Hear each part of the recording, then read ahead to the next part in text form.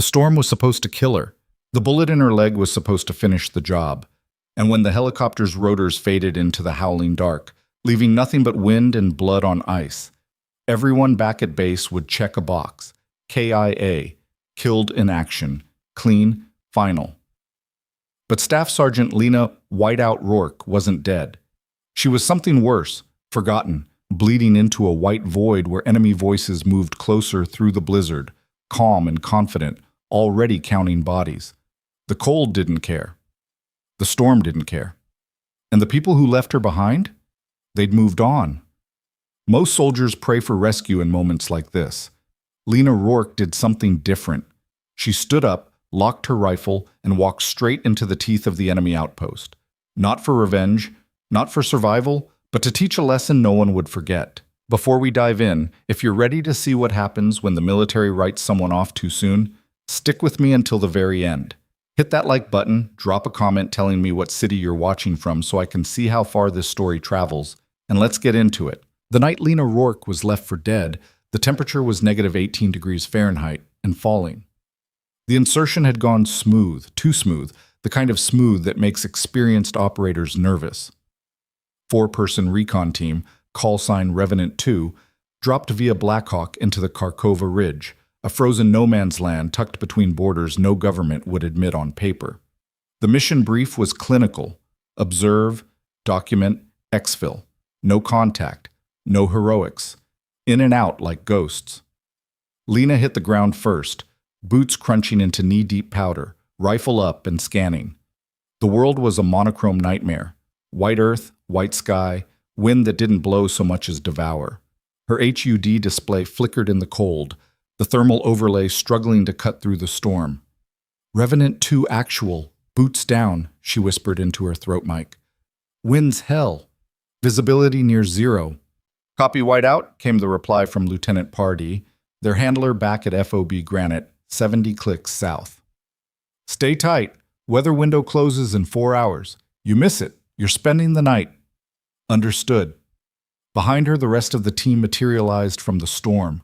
Corporal Danny Ruiz, their comms specialist, hauling the SATCOM rig like it weighed nothing. Private First Class Yuki Tanaka, point woman, moving with the kind of predatory grace that made you forget she was barely 22. And Sergeant First Class Marcus Holt, demo and heavy weapons, a brick wall of a man who spoke 3 sentences a day and meant every one. Comms check, Lena ordered. Net's green, Ruiz said, tapping his headset. SATCOM's good. We're golden. Thermals?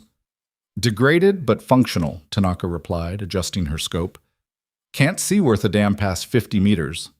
Holt just grunted, chambering around into his SAW with a metallic clack that sounded too loud in the silence. Lena nodded. Diamond formation, Tanaka on point. Move. They moved. The Kharkova Ridge was a place where maps lied. Officially, it was neutral territory, a stretch of frozen highland claimed by no one, valued by no one, ignored by everyone. Unofficially, it was a highway for black market arms, smuggled tech, and foreign operatives who didn't want to be seen. Intelligence had flagged an uptick in vehicle movement, heat signatures, encrypted comms traffic. Command wanted eyes on the ground, so they sent Revenant 2. Lena led them northeast, following a dry riverbed that cut through the hills like a scar. The wind screamed overhead, but down in the channel, it was almost bearable. Almost. Snow piled in drifts taller than a man.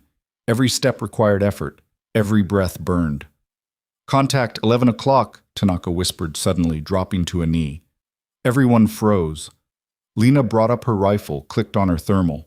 Through the scope, she saw them, 2 figures, maybe 300 meters out, moving perpendicular to their position.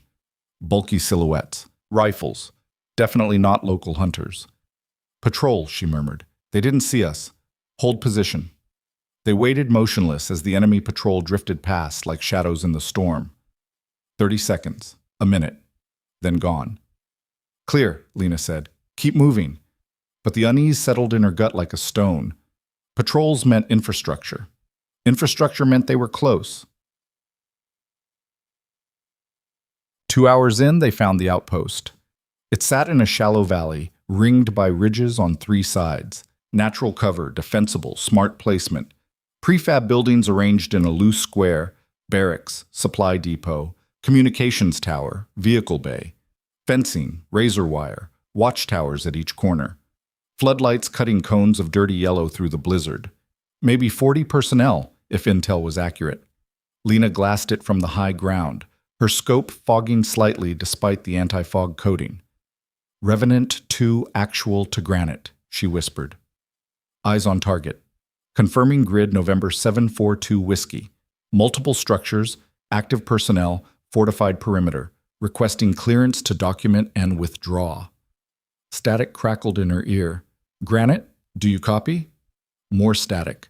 Then a burst of garbled syllables, half drowned in interference.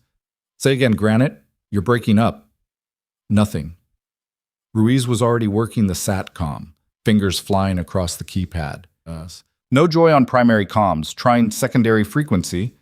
He paused, frowning. That's weird. What's weird? Lena asked. We're being jammed, hard. Someone's flooding the spectrum with white noise.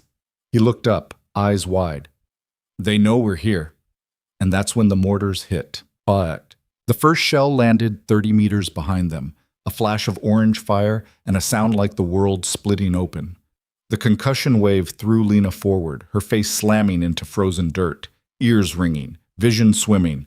Move, she screamed, or thought she screamed, couldn't hear her own voice. Another impact, closer this time. Snow and shrapnel geysered into the air. She felt something hot slice across her shoulder, superficial but bleeding. Holt was already returning fire, his saw roaring into the storm, suppressing something Lena couldn't even see yet. Ambush, Tanaka yelled, dragging Ruiz to his feet. They boxed us in. And then the muzzle flashes started, strobing through the blizzard like camera bulbs, disciplined 3-round bursts stitching the ground around them. The enemy had been waiting, watching. They'd walked right into a kill zone. Lena's training kicked in, cold and mechanical. Holt, base of fire. Tanaka, Ruiz, fall back to the dry wash. I'll cover. She fired in controlled bursts, aiming at shapes more than targets, forcing the enemy to keep their heads down. Brass casings tumbled into the snow, hissing. Her rifle bucked against her shoulder, familiar and brutal. Holt's SAW kept hammering, a solid wall of lead that bought them seconds. Tanaka and Ruiz scrambled backward, half running, half sliding down the slope toward cover. Lena, move, Holt bellowed. She fired one more burst, then turned and ran, boots slipping on ice, lungs burning, the storm swallowing her whole. She didn't see the shooter, just felt the impact, like someone swung a sledgehammer into her left thigh. Her leg buckled. She went down hard, tumbling, the world spinning into a blur of white and red and pain that didn't feel real until it suddenly did, sharp and absolute and everywhere. She slid to a stop at the bottom of the slope, gasping, tasting copper. Blood. Her blood. She looked down. The bullet had punched through her thigh, just above the knee, entrance wound the size of a dime, exit wound the size of a quarter, bleeding fast. Not arterial, thank God, but bad. Real bad. Lena! Ruiz was beside her, hands already pulling a tourniquet from his kit. I got you! I got you! Do it! She hissed through clenched teeth. He wrapped the tourniquet high and tight, cranking the windlass until the bleeding slowed to a seep.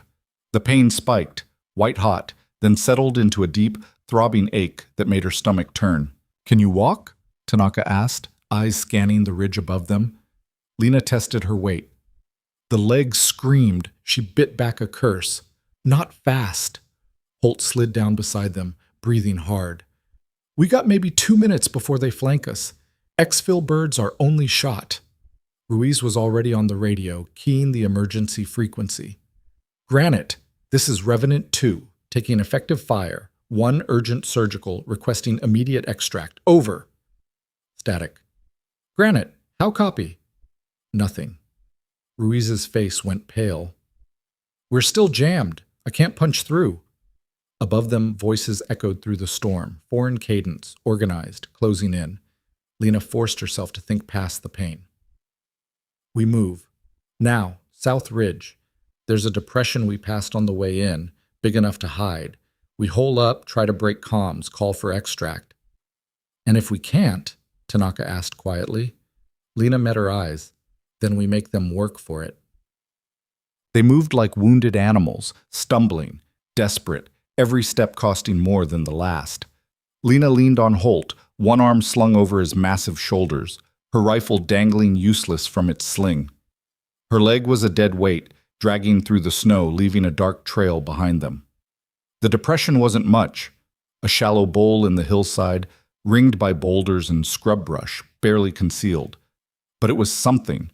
They collapsed into it, Holt lowering Lena gently while Tanaka and Ruiz set up a hasty perimeter.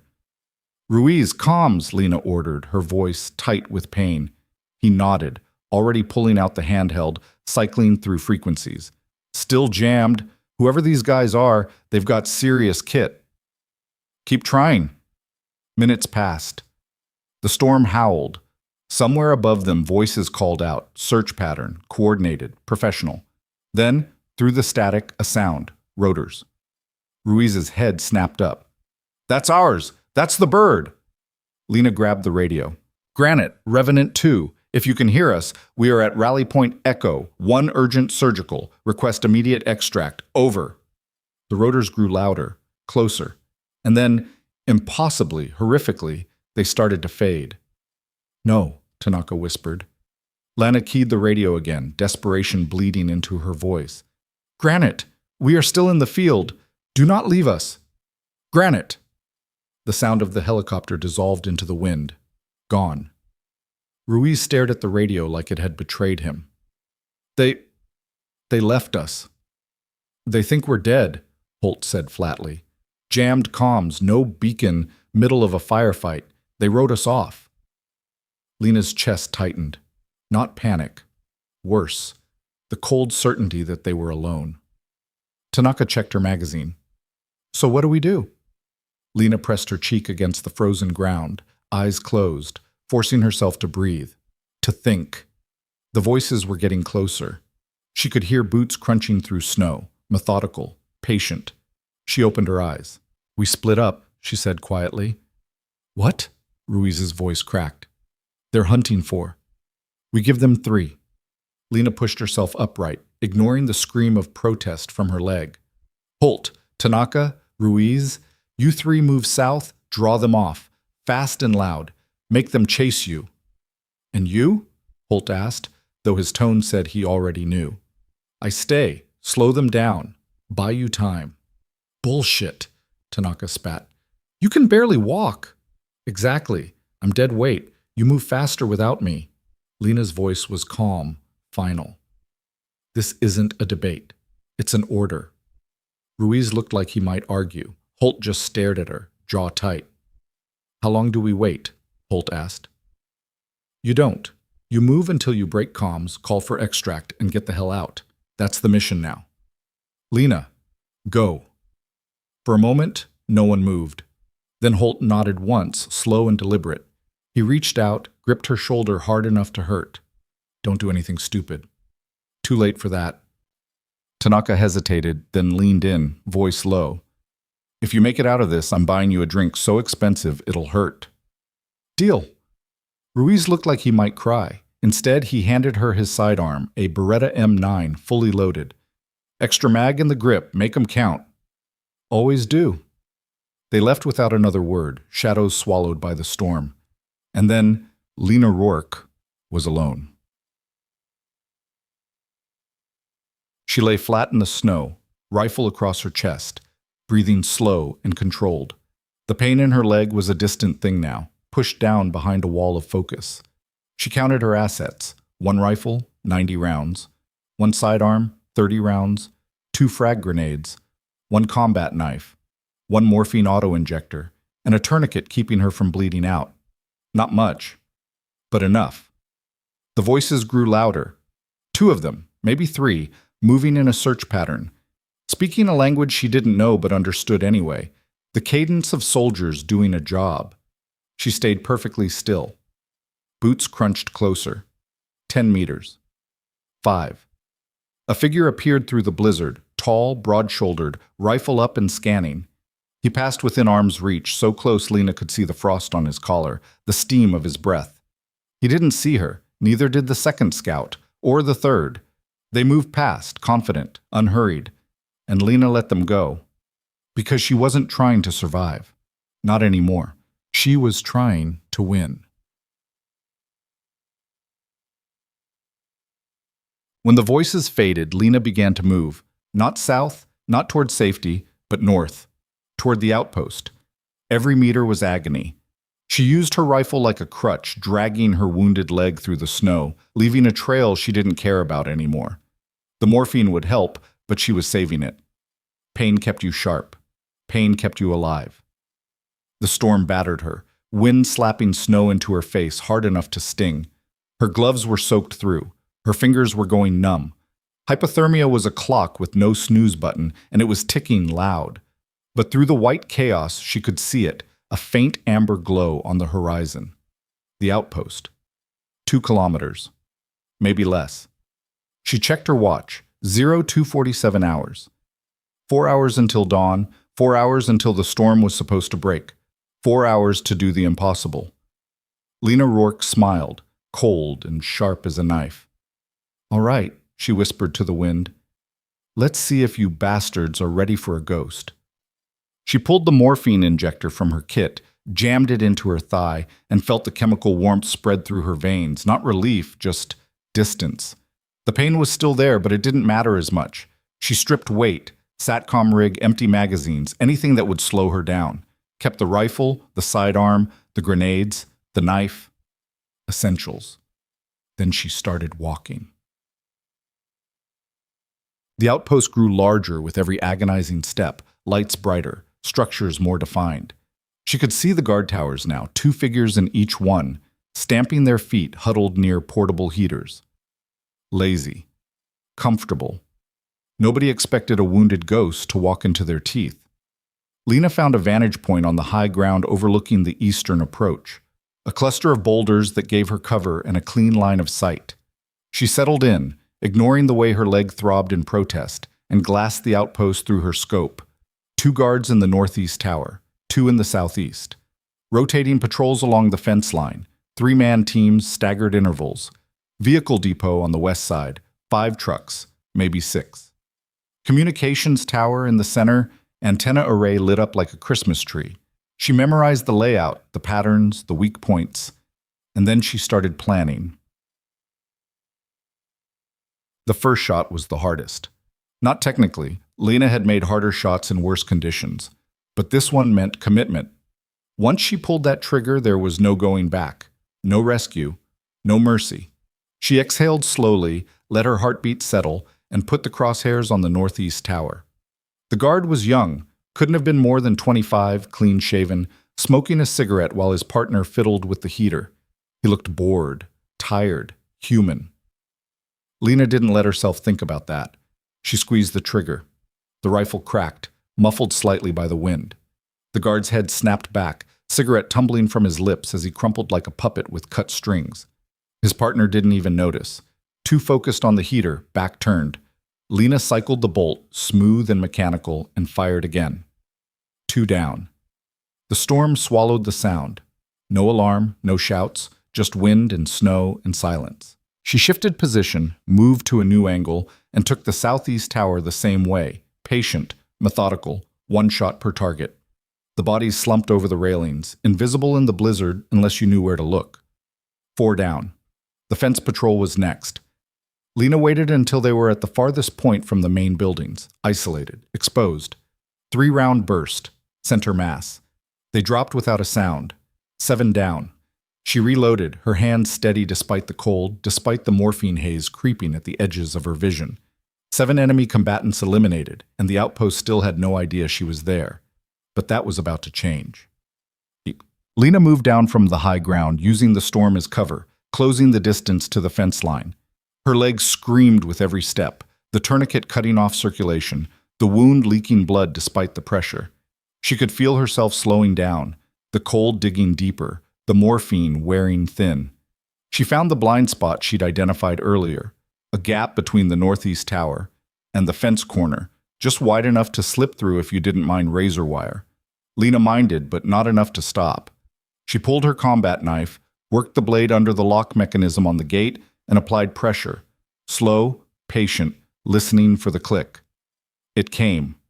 The gate swung open, silent on well-oiled hinges. Lena stepped inside the outpost. The warmth hit her like a physical blow. Diesel fumes, metal, cooked food, the stink of too many bodies in too small a space. Her breath fogged the air. Her vision swam. She pressed herself against the wall of the nearest building, forcing her body to adjust, forcing the dizziness to pass. Voices drifted from inside. Laughter, casual conversation, the clink of dishes. A radio played something upbeat and foreign. They had no idea. Lena pulled the first grenade from her belt, checked the pin, and started moving toward the communications tower.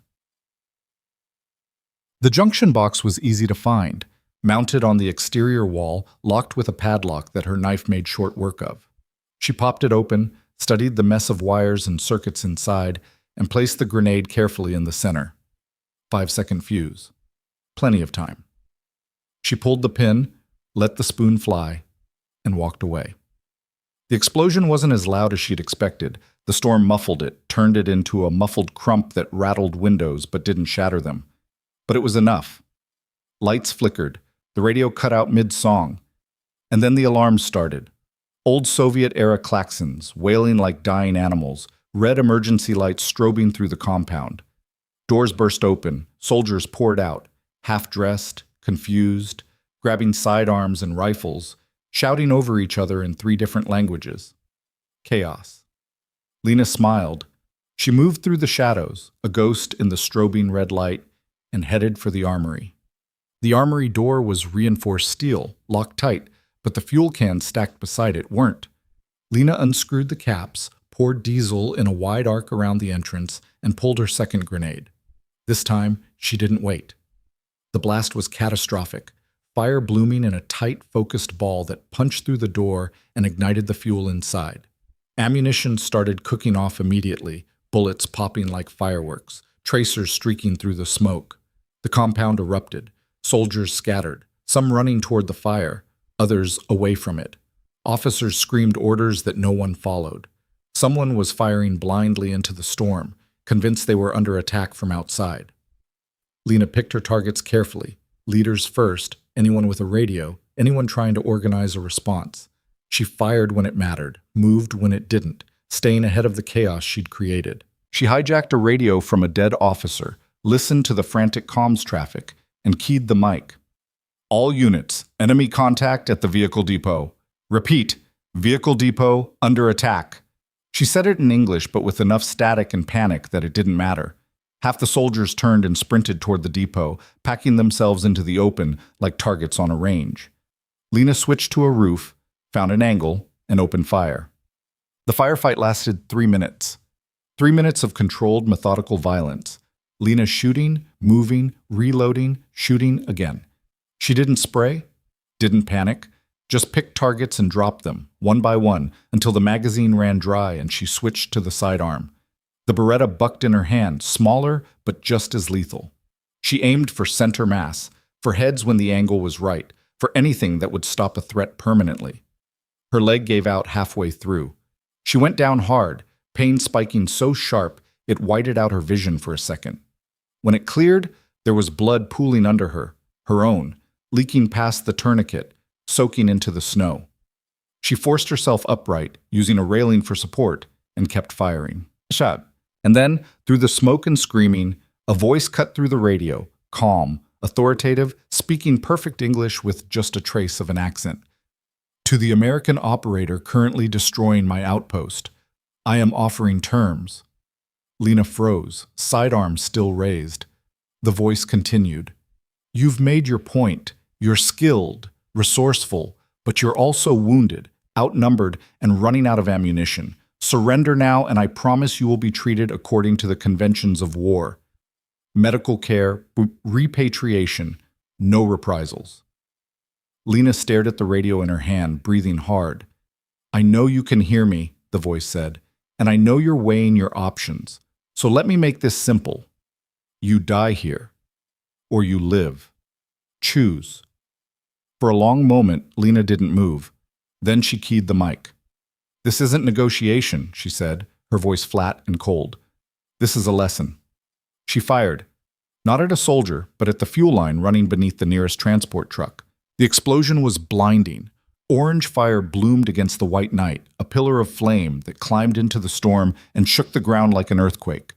The truck disintegrated, shrapnel ripping through the vehicle depot, igniting two more trucks in a chain reaction that turned the western side of the outpost into an inferno. The shockwave knocked Lena off her feet. She hit the ground hard, ears ringing, vision blurred. Fire roared overhead, metal shrieked, and somewhere in the chaos, men were screaming. She forced herself up, one hand then the other, dragging her useless leg beneath her. Her rifle was gone, lost in the blast. Her sidearm was empty. All she had left was the knife. Good enough. She limped through the wreckage, grabbed a working radio from a dead hand, and staggered toward the edge of the compound. The storm was breaking. Dawn bled pale and cold across the horizon, and Lena Rourke was still standing. She made it 300 meters before she collapsed. Not from the wound, not from the cold, just exhaustion. Her body finally giving up, telling her she'd done enough, pushed far enough. She lay there in the snow, staring up at the lightening sky, and keyed the radio one last time, switching to her team's emergency frequency. "Revenant 2, actual to Granite," she whispered, her voice barely audible. "Coordinates November the 7-4. 2 whiskey, 1 survivor. Request immediate extract." Static. Then, impossibly, "Whiteout? Is that you?" Pardee. Alive. Listening. Lena closed her eyes. "Yeah, it's me." "Jesus Christ, we thought—" His voice cracked. "Hold tight. Birds inbound. ETA 12 minutes. Copy." She let the radio fall from her hand and stared at the sky. 12 minutes. She could do 12 minutes. The 12 minutes stretched into eternity. Lena lay in the snow, staring at the sky as it shifted from black to bruised purple to pale gray. Her body had stopped shivering, not a good sign. Hypothermia didn't announce itself with fanfare. It crept in quiet, shut down systems one by one, and made you feel warm right before it killed you. She forced herself to move. Small movements, fingers flexing, toes curling inside boots she could barely feel. Keep the blood flowing, stay awake.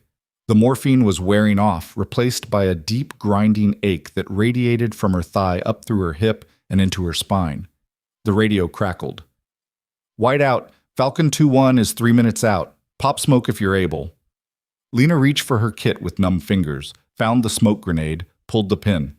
Orange smoke billowed into the dawn, a bright splash of color against the white wasteland. "Visual on smoke," the pilot confirmed, "coming in hot." The Black Hawk appeared like a dark angel, rotors chopping the air, nose dipped low as it flared for landing. Snow exploded outward in a furious cloud. The side door slid open, and a pararescue jumper, PJ, they called them, hit the ground running. He was beside her in seconds, hands already moving, checking vitals, assessing damage. Young face, old eyes. "Hey, Sergeant, stay with me. What's your name?" "Rourke," she managed. "Lena." "Okay, Lena, I'm Sanchez. We're getting you out of here." He keyed his radio. "Patient is conscious, responsive, single GSW to left thigh, tourniquet in place, suspected hypothermia, prepping for immediate evac." Another PJ appeared with a litter. They moved her onto it with practiced efficiency, gentle but fast, no wasted motion. The pain spiked as they lifted her, white-hot and absolute. Lena bit down hard, tasted blood. "Sorry," Sanchez said. "Almost there." They loaded her into the helo. The door gunner gave her a thumbs up, meant to be reassuring probably. The engines roared. The bird lifted, banking hard, and the Kharkova Ridge fell away beneath them. Lena closed her eyes and let the darkness take her. She woke to fluorescent lights and the smell of antiseptic. Field hospital. Tent walls rippling in the wind. IV line in her arm, warm blankets piled on top of her. Her leg was bandaged, elevated, throbbing in time with her heartbeat, but manageable. Alive. A nurse appeared. Older woman, Korean maybe, with the kind of calm competence that came from seeing too much. "Welcome back, Sergeant." How's the pain? Been worse, Lena lied. The nurse smiled like she knew better. Doctor will be in shortly. Try not to move that leg. Lena nodded, then noticed the figure standing near the entrance. Lieutenant Pardee, arms crossed, face unreadable. He waited until the nurse left, then walked over and sat in the chair beside her cot. For a long moment, neither of them spoke. We thought you were dead, Pardee said finally. All of you. Comms went dark, we heard gunfire, then nothing. Weather was too bad to send another bird. We waited as long as we could, but he trailed off, jaw tight. Command made the call, declared you KIA. I know. Do you? His voice hardened. Because right now, I've got a situation. 3 of your team members showed up 6 hours ago, alive and mostly intact, and then you crawled out of the snow after single-handedly destroying an enemy installation that we didn't even know existed. Lena met his eyes. You're welcome. That's not... Pardee stopped, exhaled through his nose. Intel is going insane. They want a full debrief. Command wants answers, and everyone wants to know how the hell you pulled that off. I didn't have a choice. There's always a choice, Sergeant. He leaned forward. You could have hid, waited for extraction, stayed alive. And let them hunt my team like animals? Lena's voice was flat, cold. No. Pardee studied her for a long moment. The others said you ordered them to leave you behind. I did. That's not how we operate. It is when someone has to make the hard call. Lena shifted, wincing as pain lanced through her leg. They were faster without me. Better chance of survival. Simple math. Math, Pardee repeated. You turned yourself into bait and then went on a one-woman rampage because of math. I went on a one-woman rampage because they wrote us off. Lena's voice was quiet but sharp as a blade. You want to debrief me? Fine, but don't pretend this was just tactics. Someone decided we were acceptable losses. I made them reconsider. Pardee's expression shifted, something between respect and concern. Rourke, I need you to understand what's about to happen. You're going to be questioned, extensively. There are people who are going to want to turn you into a hero, and others who are going to want to court-martial you for disobeying orders and engaging without authorization. I didn't disobey orders. I had no orders. Comms were down. Convenient. It's the truth. Truth doesn't always matter. Pardee stood, adjusted his cap. Get some rest. You've got 48 hours before the circus starts. He walked toward the exit, then paused. For what it's worth? I'm glad you're alive. So am I. The debrief started on schedule, exactly 48 hours later. They moved her to a secured tent. No windows, 2 guards at the door, a table with 3 chairs and a recording device in the center. Lena sat on one side, legs still bandaged, but functional enough to walk with a cane. Across from her sat 2 officers she didn't recognize, a colonel with salt and pepper hair and a major who looked like he'd never smiled in his life. The colonel introduced himself as Vickers. The major was Osterman. Neither offered to shake hands. Staff Sergeant Rourke, Vickers began, voice flat and bureaucratic. This is a formal inquiry into the events of February 24th. Everything you say is being recorded. Do you understand? Yes, sir. Good. Let's start at the beginning. Walk me through the insertion. Lena did. She kept it clinical, times, coordinates, weather conditions, enemy contact. She described the ambush, the casualties, the jammed comms, the decision to split up. She left nothing out. Vickers listened without interrupting. Osterman took notes, his pen scratching across paper like an accusation. When she finished, Vickers leaned back. And then you proceeded alone to the enemy outpost. Correct. Despite being wounded. Correct. Despite having no support, no backup, no means of communication. Correct. Osterman looked up from his notes. Why? Lena met his eyes. Because they were hunting my team. Your team had already exfiltrated. I didn't know that at the time. So you acted on assumption. I acted on probability. They'd seen us. They knew we were out there. Splitting up gave the others a chance, but only if I kept the enemy occupied. Vickers tapped a finger on the table. Occupied. You destroyed 4 guard towers, eliminated 14 enemy combatants, and leveled half their infrastructure. That's not occupied, Sergeant. That's an assault. It was survival. Was it? Osterman's voice was sharp. Because from where I'm sitting, it looks like you went rogue. You engaged an enemy position without authorization, without coordination, and without regard for the larger strategic picture. Lena's jaw tightened. The larger strategic picture wrote me off as dead. That's not... It is. She leaned forward, ignoring the protest from her leg. You declared us KIA. You pulled the extraction bird. You left us out there. So don't sit here and lecture me about authorization when your chain of command decided we weren't worth the risk. Silence. Vickers cleared his throat. Sergeant, I understand you're upset. I'm not upset, sir. I'm stating facts. The facts, Osterman said coldly, are that you disobeyed standing orders to avoid enemy contact. I had no orders. Comms were jammed. You had your mission brief. Observe and report, not engage. Hard to report when you're dead. Osterman's face flushed. Watch your tone, Sergeant. Or what? Lena's voice was ice. You'll court-martial me? Go ahead, charge me. But make sure the record reflects that I survived because I refused to roll over and die on command. Vickers raised a hand. Let's take a breath. Everyone. The room settled into uneasy quiet. Vickers pulled out a folder, opened it. I'm going to be frank with you, Rourke. There are people in this building who want to pin a medal on you. And there are others who want to bury you. My job is to figure out which side has the better case. And I need to know if you're a liability or an asset. He met her eyes. So I'm going to ask you one question, and I need you to answer honestly. Do you regret what you did out there? Lena didn't hesitate. No, sir. Not even a little? No, sir. Vickers nodded slowly. That's what I thought. He closed the folder. You're dismissed, for now. She found Holt, Tanaka, and Ruiz in the mess tent, huddled around mugs of coffee that had gone cold an hour ago. They looked up when she limped in, faces guarded.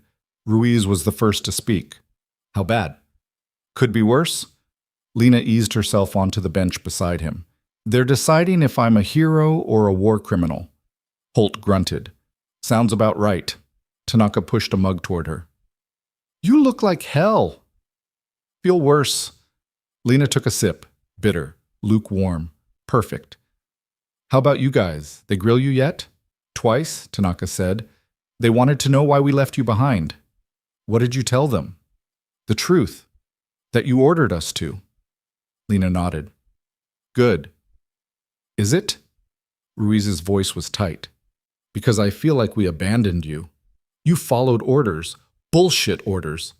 Orders that kept you alive. Lena set the mug down. You did the right thing. Ruiz looked away. Tanaka studied her coffee. Holt just stared at Lena, expression unreadable. You shouldn't have done it, he said finally. Gone after them alone. Probably not. Then why did you? Lena was quiet for a moment. Because someone had to. That's not an answer. It's the only one I've got. Holt shook his head. You're going to get yourself killed one of these days. Maybe, but not today. Well, 2 days later, the verdict came down.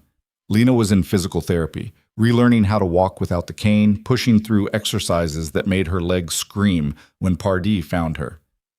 Rourke, my office, now! She followed him across the FOB, her gait still uneven but improving. He didn't speak until they were inside, door closed, blinds drawn.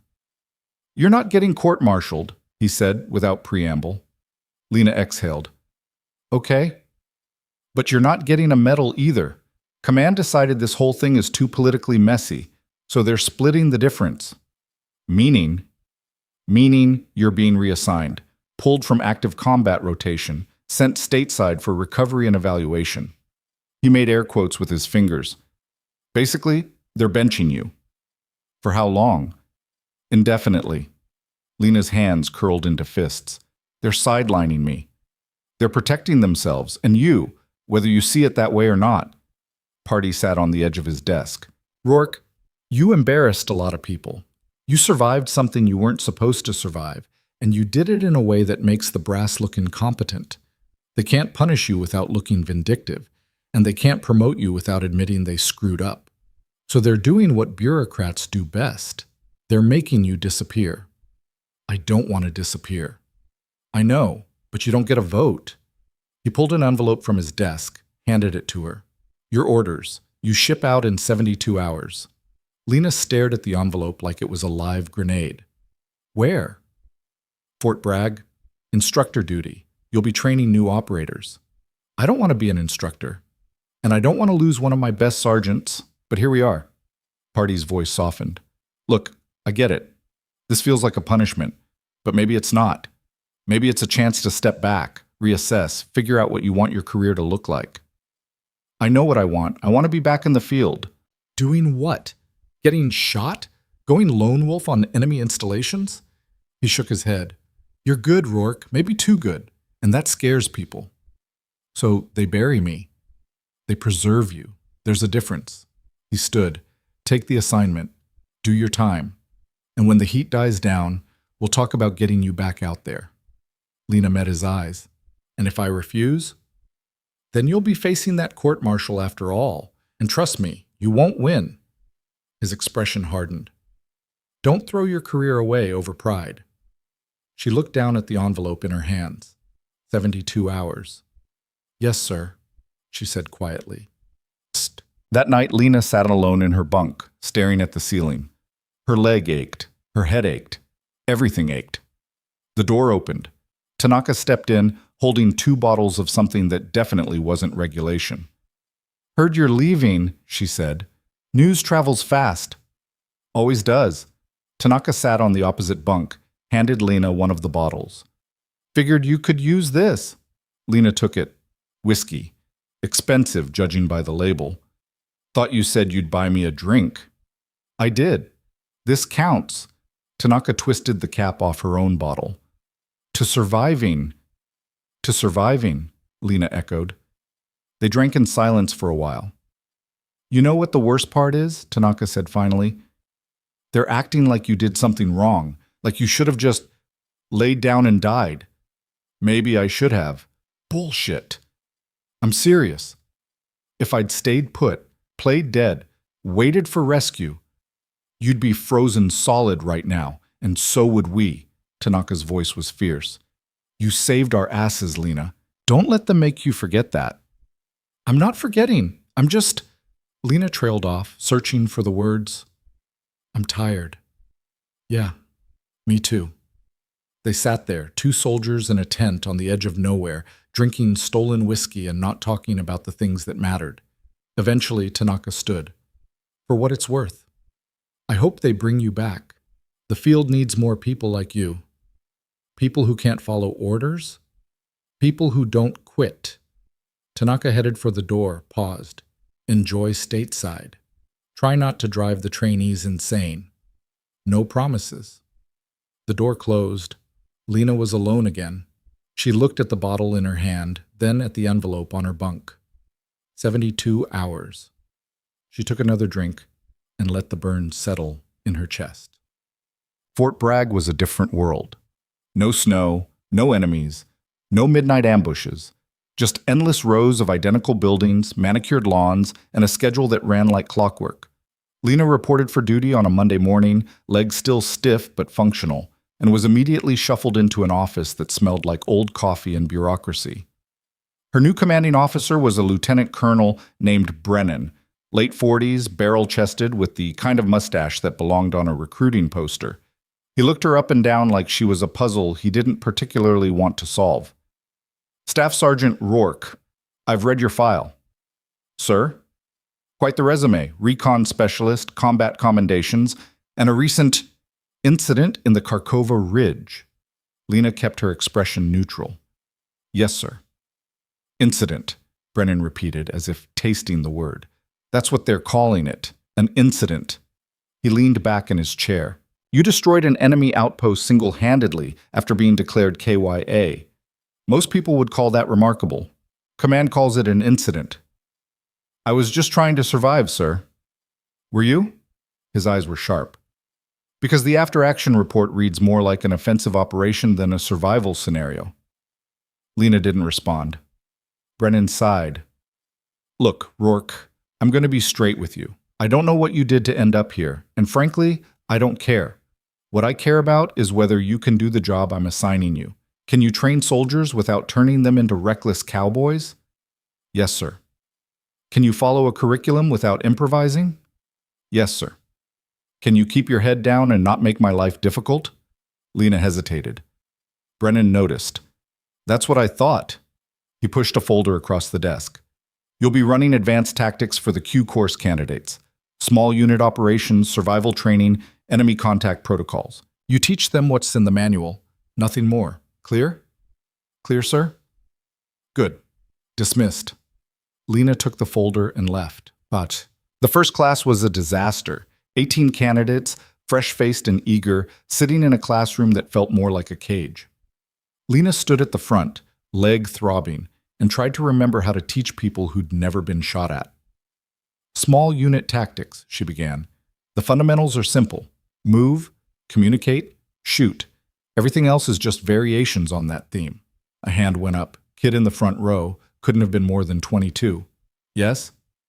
Sergeant, is it true you single-handedly took down an enemy base? The room went silent. Lena kept her voice flat. Where'd you hear that? It's all over the barracks. They're saying you're the one from the Kharkova thing. The Kharkova thing is classified.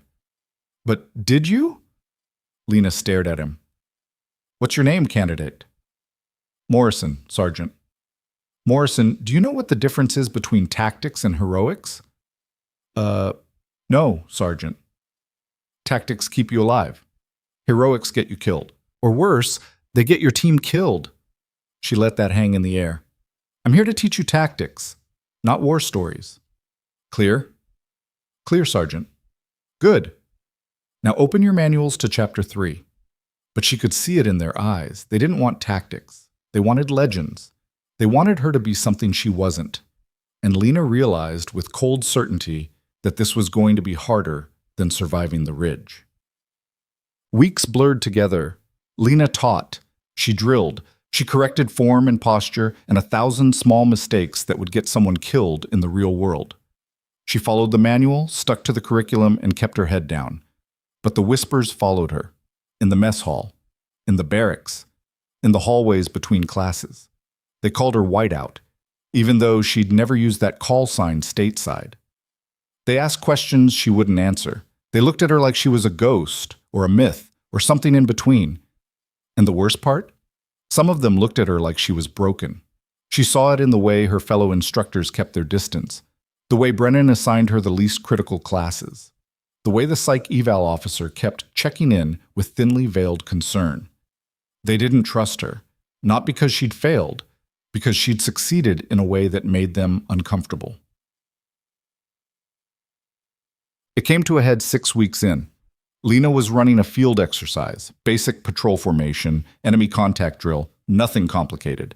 The candidates were moving through the woods, maintaining spacing, communicating properly. Everything by the book. Then Morrison screwed up. He broke formation, moved too fast, got separated from his fire team. Lena called a halt, pulled him aside. What the hell was that? I was trying to flank, Sergeant. I didn't tell you to flank. I told you to hold formation. But in a real situation, you just got yourself and 2 other people killed. Lena's voice was cold. You don't improvise. Not yet. You learn the fundamentals first, and then, maybe, you earn the right to think for yourself. Morrison's jaw tightened. With all due respect, Sergeant, didn't you improvise in the Kharkova Ridge? The woods went silent. Lena stepped closer, close enough that Morrison had to look up to meet her eyes. You want to know what I did in the Kharkova Ridge? Yes, Sergeant. I got shot. I got left behind. I crawled through a blizzard with a bullet in my leg, and I did things I'm not proud of because the alternative was dying alone in the snow. Her voice was quiet, lethal.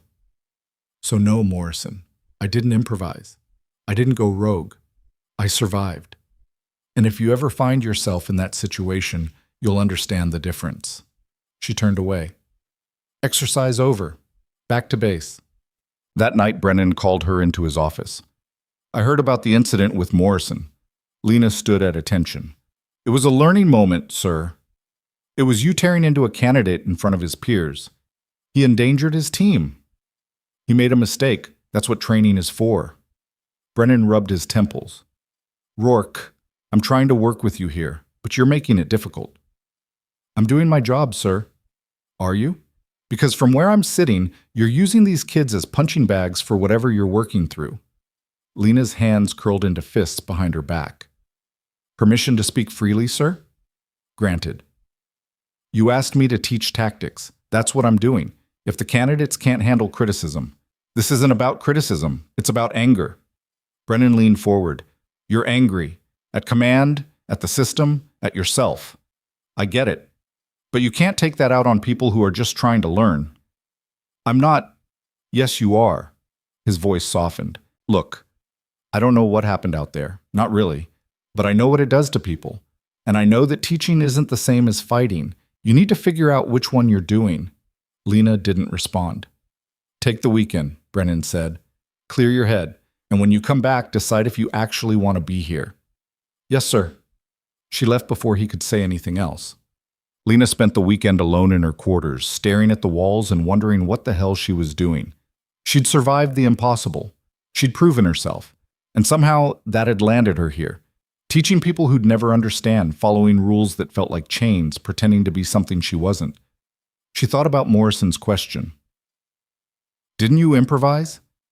The truth was more complicated. She'd improvised because she had no choice, because the system had failed her, and she'd refused to fail with it, because survival wasn't in the manual. But how do you teach that? How do you tell someone that the rules matter right up until they don't? That discipline will save your life 99 times out of 100, but that 100th time you'll have to break every rule you've ever learned just to see tomorrow? You can't. So you teach the fundamentals. You drill them until they're automatic. And you hope, pray even, that when the moment comes, they'll know which rules to break. Lena stood, grabbed her jacket, and headed for the door. She had an idea. Monday morning, she walked into Brennan's office without knocking. I want to change the curriculum. Brennan looked up from his paperwork. Excuse me? The Advanced Tactics course. I want to add a module. Unscripted scenarios. No manual, no safety net. Just candidates and problems they have to solve in real time. That's not how I know, but it should be. Lena leaned on his desk. Sir, we're teaching these people to fight by the numbers, but the enemy doesn't fight by the numbers. And when comms go down, when everything goes sideways, they need to know how to think. What you're describing sounds like chaos. It's controlled chaos. I'll design the scenarios, supervise every exercise, debrief afterward, but they need to experience failure in a safe environment before they experience it in the field. Brennan studied her. This about Morrison? This is about everyone, including me. Lena straightened. You were right. I was angry, but I'm not anymore. I just want to make sure the next person who gets left behind knows how to make it home. Silence stretched between them. Finally, Brennan sighed. You get one trial run, one scenario. If it works, we'll talk about adding it to the curriculum. If it doesn't, you go back to teaching by the book. Deal? Deal. Bisset. She designed the scenario carefully. 4-person team. Simulated enemy contact, jammed comms. One member wounded and unable to move quickly. Objective, extract safely within 30 minutes. She ran it on a Friday, with Morrison's fire team as the test group. They failed spectacularly. Broke formation, argued, left the wounded member behind. Got killed by the OPFOR instructors playing enemy combatants. Lena called them together for debrief in the field, still sweating, still frustrated. What happened? She asked. Morrison spoke first. We got overwhelmed. Why? Because we couldn't communicate. The radios were down. So you gave up? No, He stopped, realizing the trap. You left your wounded behind, Lena said quietly. Why? Silence. Because he was slowing us down, one of the others admitted, and you thought your best chance of survival was to move fast. Yes, Sergeant, Lena nodded. That's not wrong. It's actually tactically sound. Sometimes you have to make that call. She paused. But you didn't make a call. You panicked. There's a difference. She spent the next hour walking them through alternatives. How to improvise communication without radios. How to move a wounded teammate efficiently. How to assess risk versus reward in real time. The manual gives you tools, she said. But you have to know when to use them and when to throw them out. That's not something I can teach. That's something you learn by failing. Morrison raised his hand. So, we're supposed to fail? You're supposed to learn. Lena met his eyes. Because out there, you don't get a second chance. Word spread fast. By the following week, candidates from other classes were asking to run Lena's scenarios. Brennan approved 3 more trial runs, then 6, then made it a permanent part of the curriculum. Lena found herself working longer hours, designing harder problems, pushing candidates to their limits in ways the manual never could. And slowly, so slowly she almost didn't notice, the anger started to fade. She was still stuck stateside, still benched, still written off by the people who should have known better. But she was teaching people how to survive. And maybe, just maybe, that was enough. Chiamt. 3 months into her assignment, Lena got a visitor. She was in her office reviewing after-action reports when someone knocked. She looked up. Lieutenant Pardee stood in the doorway, smile crooked. Heard you were turning Fort Bragg upside down. Lena stood, surprised. Sir, what are you doing here? Official business. He stepped inside, closed the door. Also wanted to see how you were holding up. I'm fine. That's not what I asked. Lena gestured to the chair. Pardee sat. I heard about your scenarios, he said. Command's talking about rolling them out system-wide. You've got people's attention. Is that good or bad? Depends on the people. Pardee leaned back. Some of them think you're innovating. Others think you're undermining the training program. And you? I think you're doing what you've always done, finding a way to win. He pulled an envelope from his jacket. Which brings me to the real reason I'm here. Lena's pulse quickened. What is that? Orders. Effective immediately. You're being reassigned. Her heart sank. Where? Back to active duty. Recon team leader, Central Command Theater. Lena stared at him. You're serious? As a heart attack. Pardee smiled. Turns out your training program works. We've had 3 separate teams credit your scenarios with saving their asses in the field. Command noticed, and they've decided you're more valuable out there than in here. When do I leave? 2 weeks. Lena took the envelope with shaking hands. 2 weeks. There's a catch, Pardee said. There's always a catch. You're not going back to your old unit. They're assigning you to a new team, fresh recruits, straight out of selection. Your job is to turn them into operators. In the field? In the field. Pardee stood. Think you can handle it? Lena looked at the orders in her hands, then back at him. Yeah, she said. I can handle it. Her last day at Fort Bragg, Morrison found her in the parking lot, duffel bag slung over her shoulder. Heard you're shipping out, Sergeant. That's right. Back to the fight? Something like that. He shifted his weight, awkward. I just wanted to say, thanks for not giving up on us. Lena almost smiled. You made it easy. Doubt that. He held out his hand. Good luck out there. She shook it. You too, Morrison. Don't get yourself killed. I'll try, Sergeant. She watched him walk away, then climbed into her car and drove toward the gate. In 2 weeks, she'd be back in the field, back where she belonged. But something had changed. She wasn't angry anymore, wasn't trying to prove anything. She was just ready. Ready for whatever came next, and when the storm came, because it always did, she'd be the one standing in the center of it, teaching others how to survive. The gate guard waved her through. Lena drove into the afternoon sun and didn't look back. The flight to the Central Command Theater took 14 hours, 2 layovers, and a C-130 that smelled like hydraulic fluid and regret. Lena spent most of it reading personnel files. Her new team, call sign Phantom 4, consisted of 4 operators fresh out of selection, each one handpicked by someone who thought they had potential. On paper, they looked good. In reality, Lena knew better than to trust paper. Specialist Adrian Cross, 24, former Army Ranger, top marks in marksmanship and close quarters combat. Cocky, according to his instructors. Talented but unproven. Corporal Maya Reeves, 26, combat medic with a secondary specialty in communications. Steady under pressure. Struggled with leadership evaluations. Kept to herself.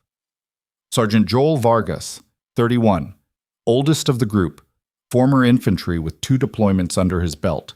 Solid, dependable, but never stood out. The kind of guy who did his job and went home. Private first class. Nathan Kim, 22, tech specialist, fluent in 4 languages, recruited straight out of intelligence analysis. No combat experience. None. Lena closed the folder and stared out the window at nothing. This was her team. Green as spring grass, sharp as broken glass, and about to walk into a theater where mistakes got you killed in ways the training manual didn't cover. She was supposed to turn them into operators. The plane hit turbulence. Lena didn't flinch. FOB Sentinel sat in the Kandahar province, a sprawling collection of blast walls, prefab buildings, and dust that got into everything. The base hummed with activity, convoys rolling out, helicopters landing, soldiers moving with the kind of purposeful exhaustion that came from months in the sandbox.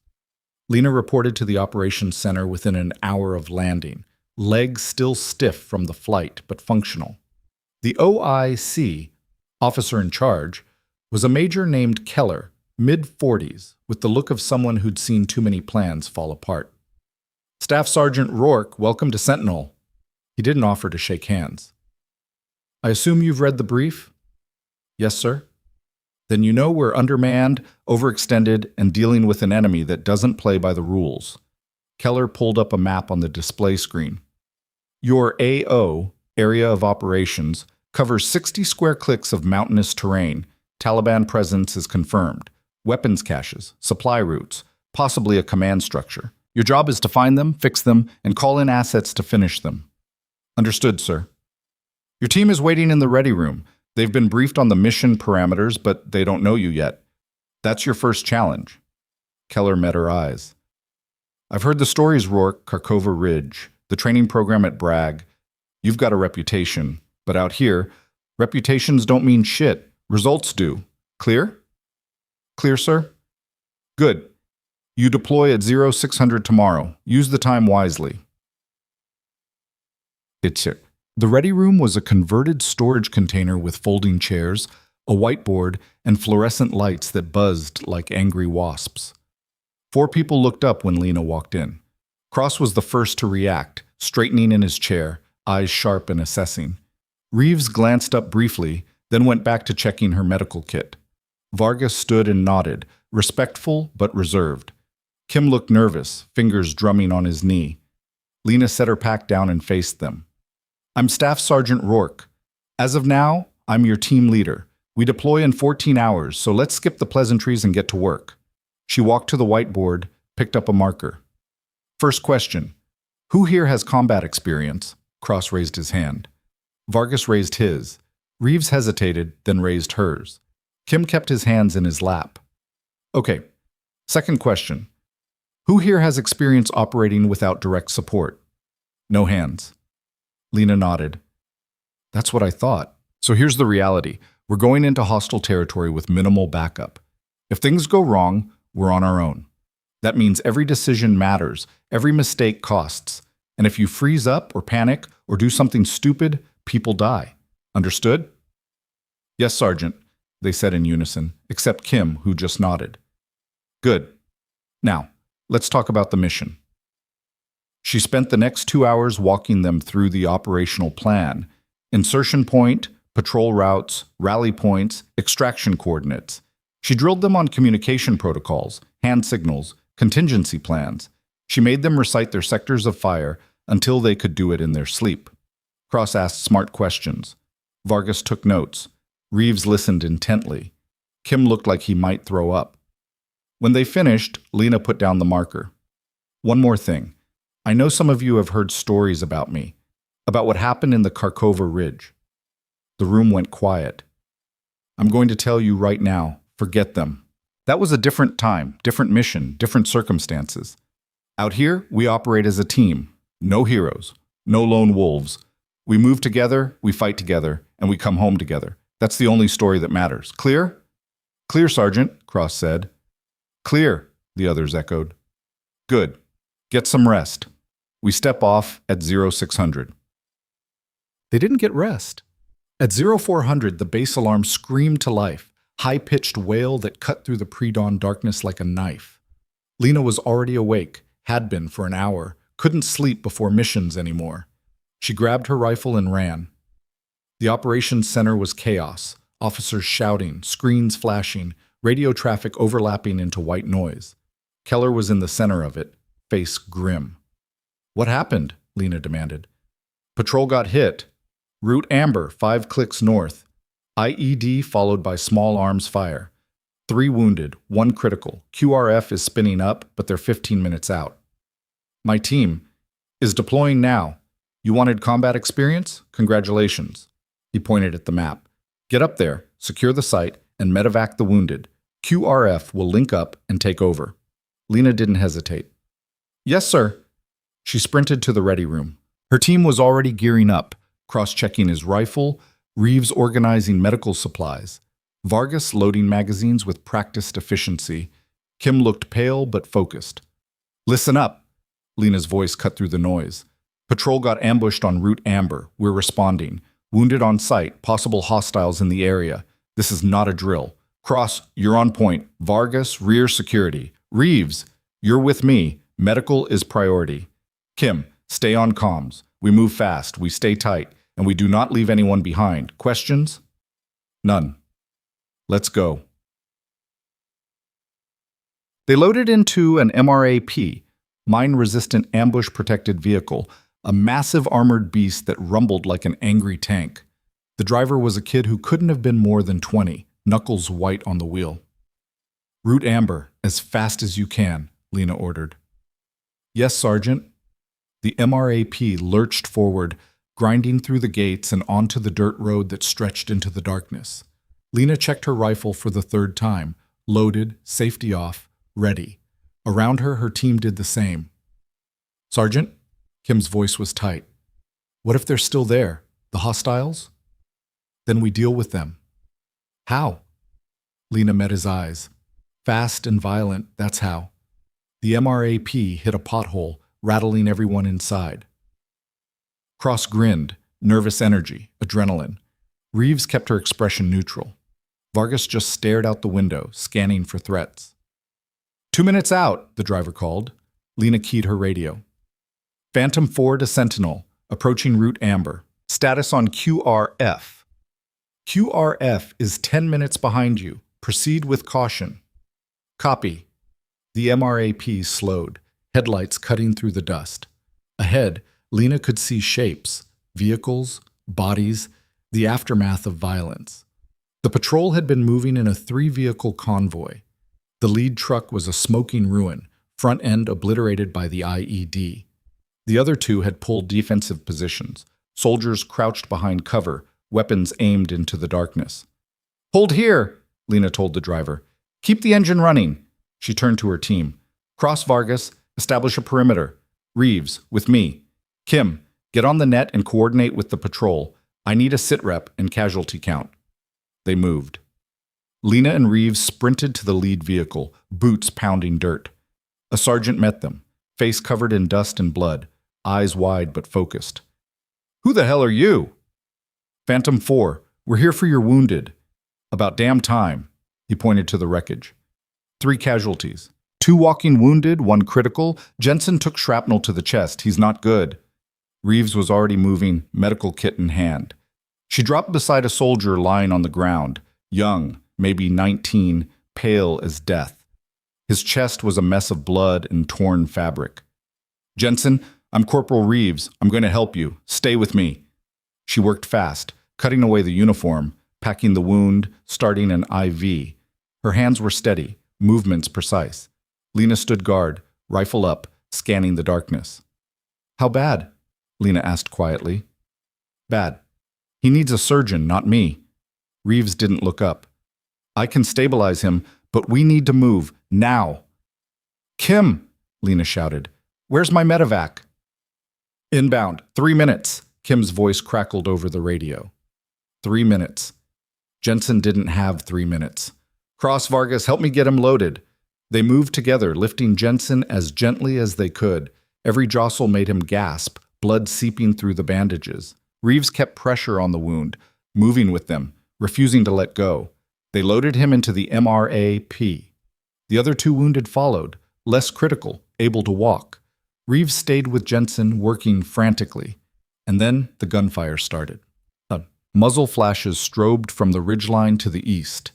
3, maybe 4 shooters, AK-47s by the sound. Bullets cracked overhead, punched into the dirt, sparked off the MRAP's armor. "Contact east!" Cross yelled, already returning fire. Lena dropped into cover behind the MRAP, brought her rifle up, and started shooting. Controlled bursts aiming at the flashes. Vargas was beside her, his M4 barking rhythmically. "Kim, call it in. We need air support." "On it." More gunfire. Closer this time. The enemy was moving, trying to flank. "Reeves, how's Jensen?" "Still alive, barely." "Cross, shift fire left. They're trying to get around us." Cross pivoted, poured rounds into the darkness. One of the muzzle flashes went dark. The helicopter appeared like salvation. A Black Hawk, rotors screaming, spotlight cutting through the night. The door gunner opened up with a minigun, tracers arcing into the ridgeline. The enemy fire faltered, then stopped. "Medevac's here," Kim shouted. The Black Hawk touched down 30 meters away, rotors kicking up a sandstorm. Lena and Vargas grabbed Jensen's litter, ran through the chaos, loaded him onto the bird. Reeves climbed in after him, refusing to let go. "Go!" Lena pounded the side of the helo. "Go!"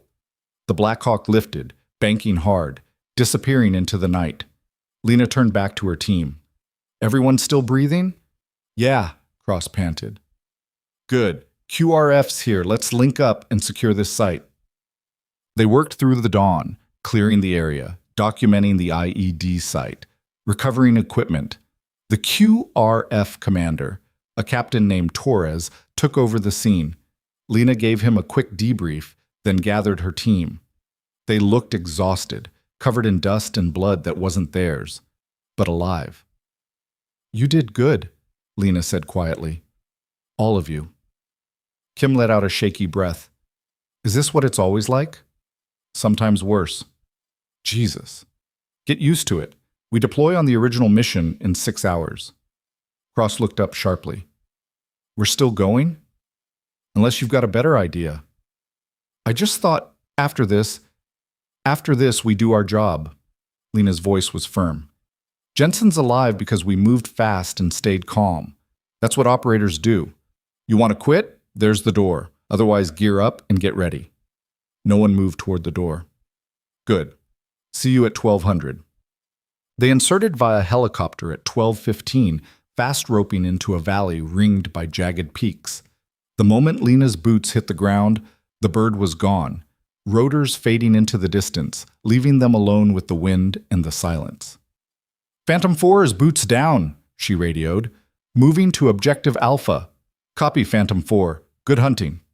They moved in diamond formation, Cross on point, Vargas rear, Reeves and Kim in the middle with Lena. The terrain was brutal, loose scree, steep inclines, thin air that burned the lungs. They climbed for 2 hours, staying low, moving slow, eyes scanning for threats. At 1400, Cross raised a fist. Everyone froze. Lena moved up beside him. He pointed down into the next valley, a cluster of mud brick buildings, maybe 8 or 9, arranged in a loose compound. No lights, no movement, but fresh tire tracks in the dirt. "That's it," Lena whispered. "Objective Alpha." She pulled out her binoculars, glassed the compound. No guards visible, no lookouts, too quiet. "Could be abandoned," Vargas murmured. "Could be a trap," Lena countered. "What do we do?" Kim asked. Lena lowered the binoculars. "We recon. Carefully. Cross, take us down the west approach. Stay in cover. Kim, get eyes in the sky. I want drone coverage." "On it." They descended into the valley, moving from boulder to boulder, using every scrap of cover. Kim launched the microdrone, a quadcopter the size of a dinner plate, nearly silent. It climbed, circled, sent back thermal imaging.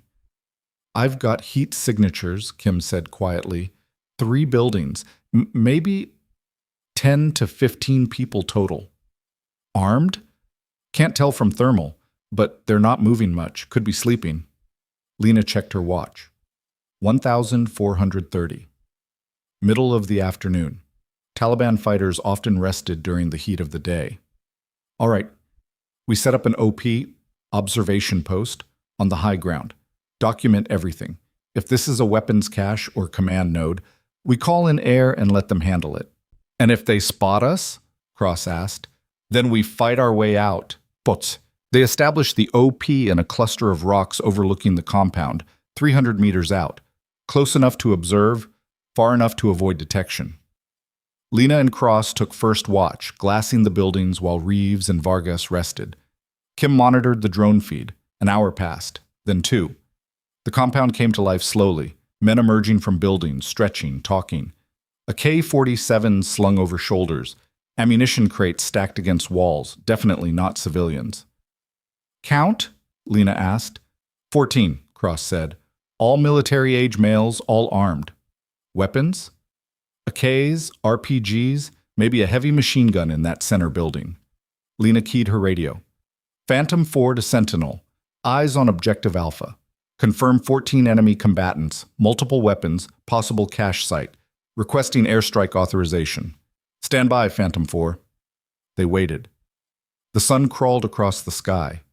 The heat pressed down like a physical weight. Lena sipped water sparingly, knowing they had to make it last. Phantom 4 Sentinel. Airstrike is a no-go. Risk of civilian collateral too high. You are authorized to call for fire support if directly engaged, but priority is intelligence gathering. Continue observation. Lena closed her eyes briefly. Of course. Copy, Sentinel.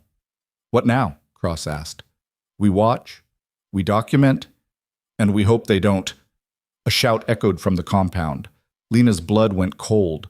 She brought up her binoculars, saw a man pointing, not at them, but at the ridge behind them.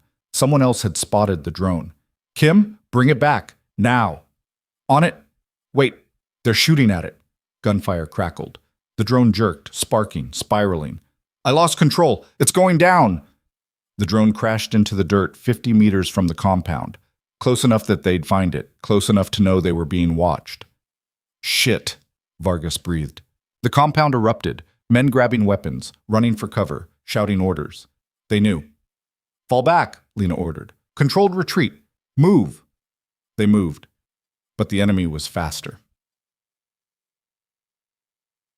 The first shots came from the ridge to their north, a flanking team, moving fast, trying to cut them off.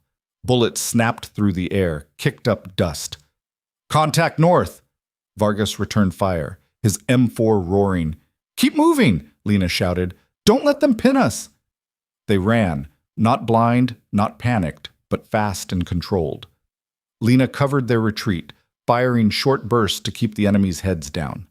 Cross and Vargas leapfrogged, one moving while the other shot.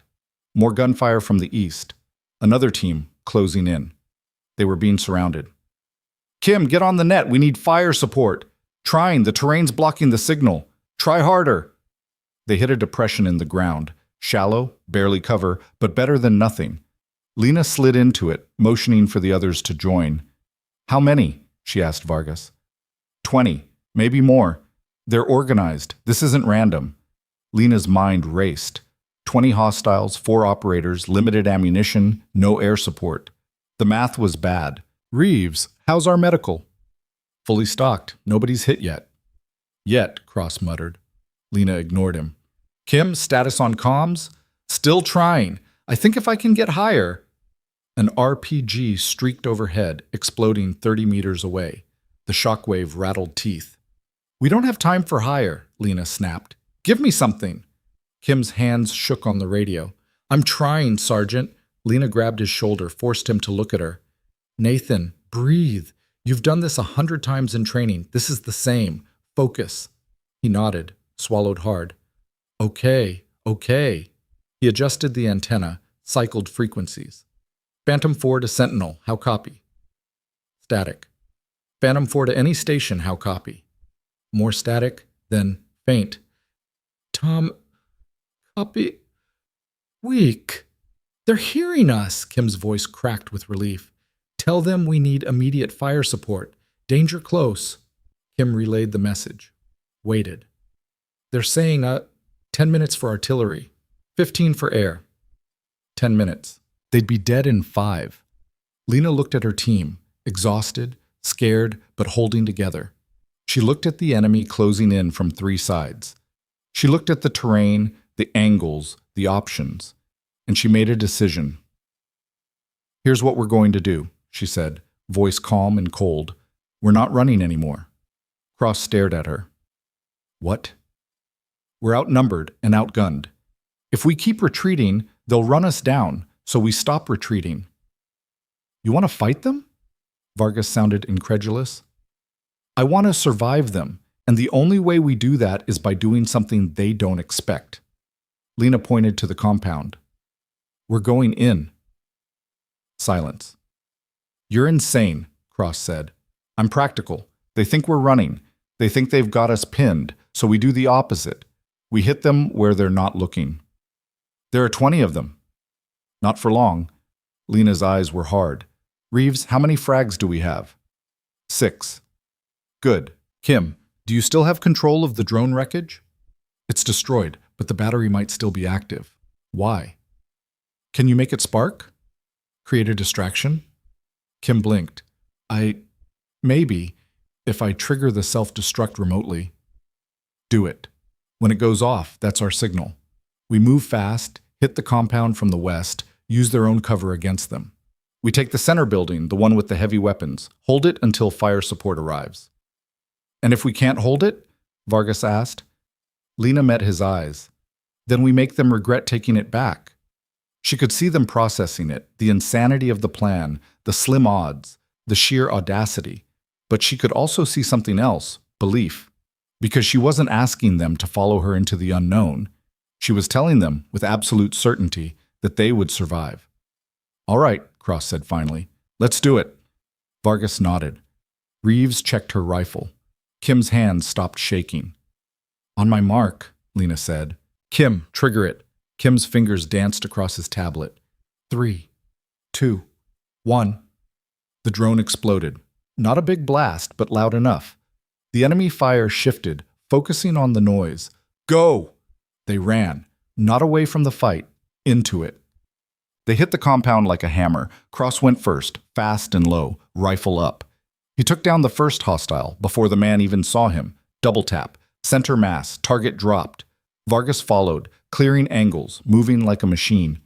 Lena and Reeves flanked right, grenades in hand. Lena threw hers through the window of the nearest building, counted 3 seconds, heard the blast, felt the concussion. Reeves threw hers into the next structure. Fire and chaos. The enemy scrambled, trying to regroup, but Phantom 4 was already inside their perimeter, using their own walls for cover. Lena moved through the compound like a ghost, shooting anything that moved, staying ahead of the confusion.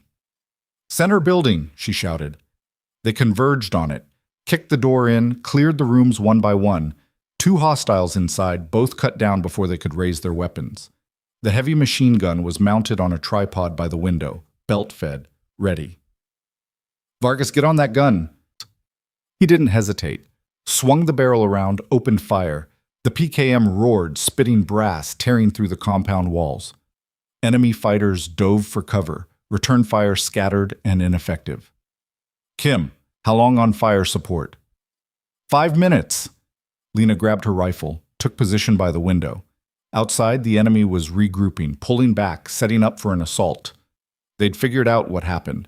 Now they were going to try to take the building back. Here they come, Cross yelled. They came hard. 20 men, maybe more, pouring out of the other buildings, firing as they advanced. RPGs streaked through the air. The walls shook. Dust rained from the ceiling. Vargas kept the machine gun hammering, mowing down anyone stupid enough to charge. Cross and Reeves fired methodically, conserving ammunition, making every shot count. Kim stayed on the radio coordinating with Sentinel, guiding the incoming fire support. And Lena stood in the center of it all, calm and cold, calling targets like she was conducting an orchestra. RPG team, second building, left side, Vargas, light them up. The machine gun swiveled. The RPG team disintegrated. Cross, window at your 2 o'clock. Sniper. Cross fired once. The sniper fell. Reeves, conserve your ammo. We've got 3 minutes. Copy. The assault wave broke against them like water against stone. The enemy tried to flank, tried to overwhelm, tried everything, but Phantom 4 held. 1 minute, Kim shouted. Lena could hear it now, the distant scream of jets. She keyed her radio. All units, take cover. Fire mission inbound. They dropped flat. The bombs hit like the end of the world. The compound ceased to exist. Buildings collapsed. Fire bloomed. The earth shook so hard it felt like it might split open. Dust and smoke filled the air, thick enough to choke on. When it cleared, there was nothing left but rubble and silence. Lena pushed herself up, ears ringing, vision swimming. Around her, her team did the same, battered, bleeding from minor cuts, but alive. Sound off, she croaked. Cross, good. Vargas, good. Reeves, good. Kim, I'm good. Lena exhaled. Kim, call for extract. Already done. Helo's inbound, 2 minutes. She looked at her team, covered in dust and blood and the residue of violence. They looked back at her, eyes wide, breathing hard. What you just did, Lena said quietly, was survive the impossible. Remember that. The Black Hawk appeared over the ridge, rotors cutting through the smoke. They climbed aboard, collapsed into the troop seats, and let the bird carry them home. But back at FOB Sentinel, Major Keller met them on the tarmac. Rourke, my office. Now. Lena followed him, limping slightly, her old wound acting up again. He closed the door, turned to face her. Do you have any idea what you just did? My job, sir. Your job was observation. You engaged a superior force, assaulted an enemy compound, and called in an airstrike that leveled half the valley. And eliminated a Taliban command node. You're welcome. Keller stared at her. Then, impossibly, he smiled. You're either the best operator I've ever seen or the craziest. Maybe both. I prefer effective, sir. Effective. He shook his head. Intel's already crawling through the wreckage. Early reports say you took out a regional commander and a major weapons cache. That's a win. A big one. Then why do I feel like I'm about to get yelled at?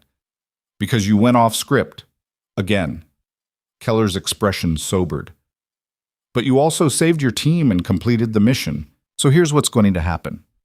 I'm writing you up for a commendation, and I'm assigning you more missions, because apparently you're exactly the kind of crazy we need out here. Lena nodded slowly. Understood, sir. Dismissed. Ian. She found her team in the mess hall, eating in exhausted silence. She sat down beside them. Nobody spoke for a long moment. Finally, Cross looked up. You knew, didn't you, that we could do it? I hoped. That's not the same thing. No, but it's enough. Lena met his eyes. You want certainty, join the clerk pool. Out here, hope and skill are all we've got. Vargas laughed, short, sharp, genuine. She's right. Kim just shook his head. I thought I was going to die. We all did, Reeves said quietly. But we didn't. Because of her, Cross added, nodding at Lena. Lena shook her head. Because of us. All of us. They sat there, 5 soldiers who'd walked into hell and walked back out, not unscathed, but unbroken. And somewhere in the back of her mind, Lena felt it, the thing she'd been searching for since the Kharkova Ridge. Not redemption, not validation, just the quiet certainty that she was exactly where she was supposed to be, doing exactly what she was meant to do. The storm had come, and they'd survived it together. The commendation never came. Instead, 3 days after the compound assault, Lena was summoned to a conference room she'd never seen before. Buried deep in the operations center, no windows, soundproofed walls, and a table long enough to seat 12 people. Only 3 were waiting when she arrived. Major Keller sat at one end, expression carefully neutral.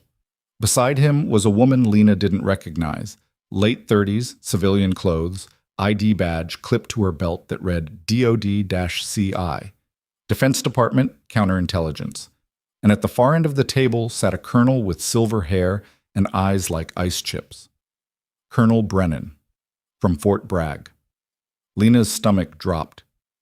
Staff Sergeant Rourke, Brennan said without preamble. Sit. She sat. Brennan slid a folder across the table. Do you know what this is? Lena opened it. Inside were after-action reports, classified intelligence assessments, satellite imagery of the compound. And underneath it all, a series of photographs. Some she recognized, some she didn't. All of them tagged with red stamps, priority review. I know what it looks like, Lena said carefully. It looks like you've been running unauthorized operations under the guise of standard recon missions. The woman from counterintelligence leaned forward. I'm Agent Carver, and I'm here because your pattern of behavior has triggered several flags in our system. Flags, Lena repeated. Karkova Ridge, the training incidents at Bragg. Now this. Carver tapped the folder.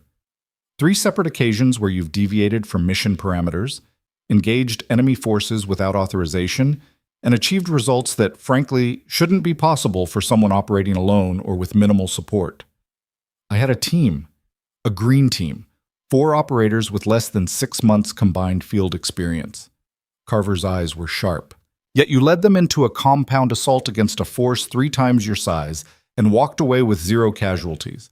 That's not luck, Sergeant. That's something else. Lena kept her expression flat. It's called training.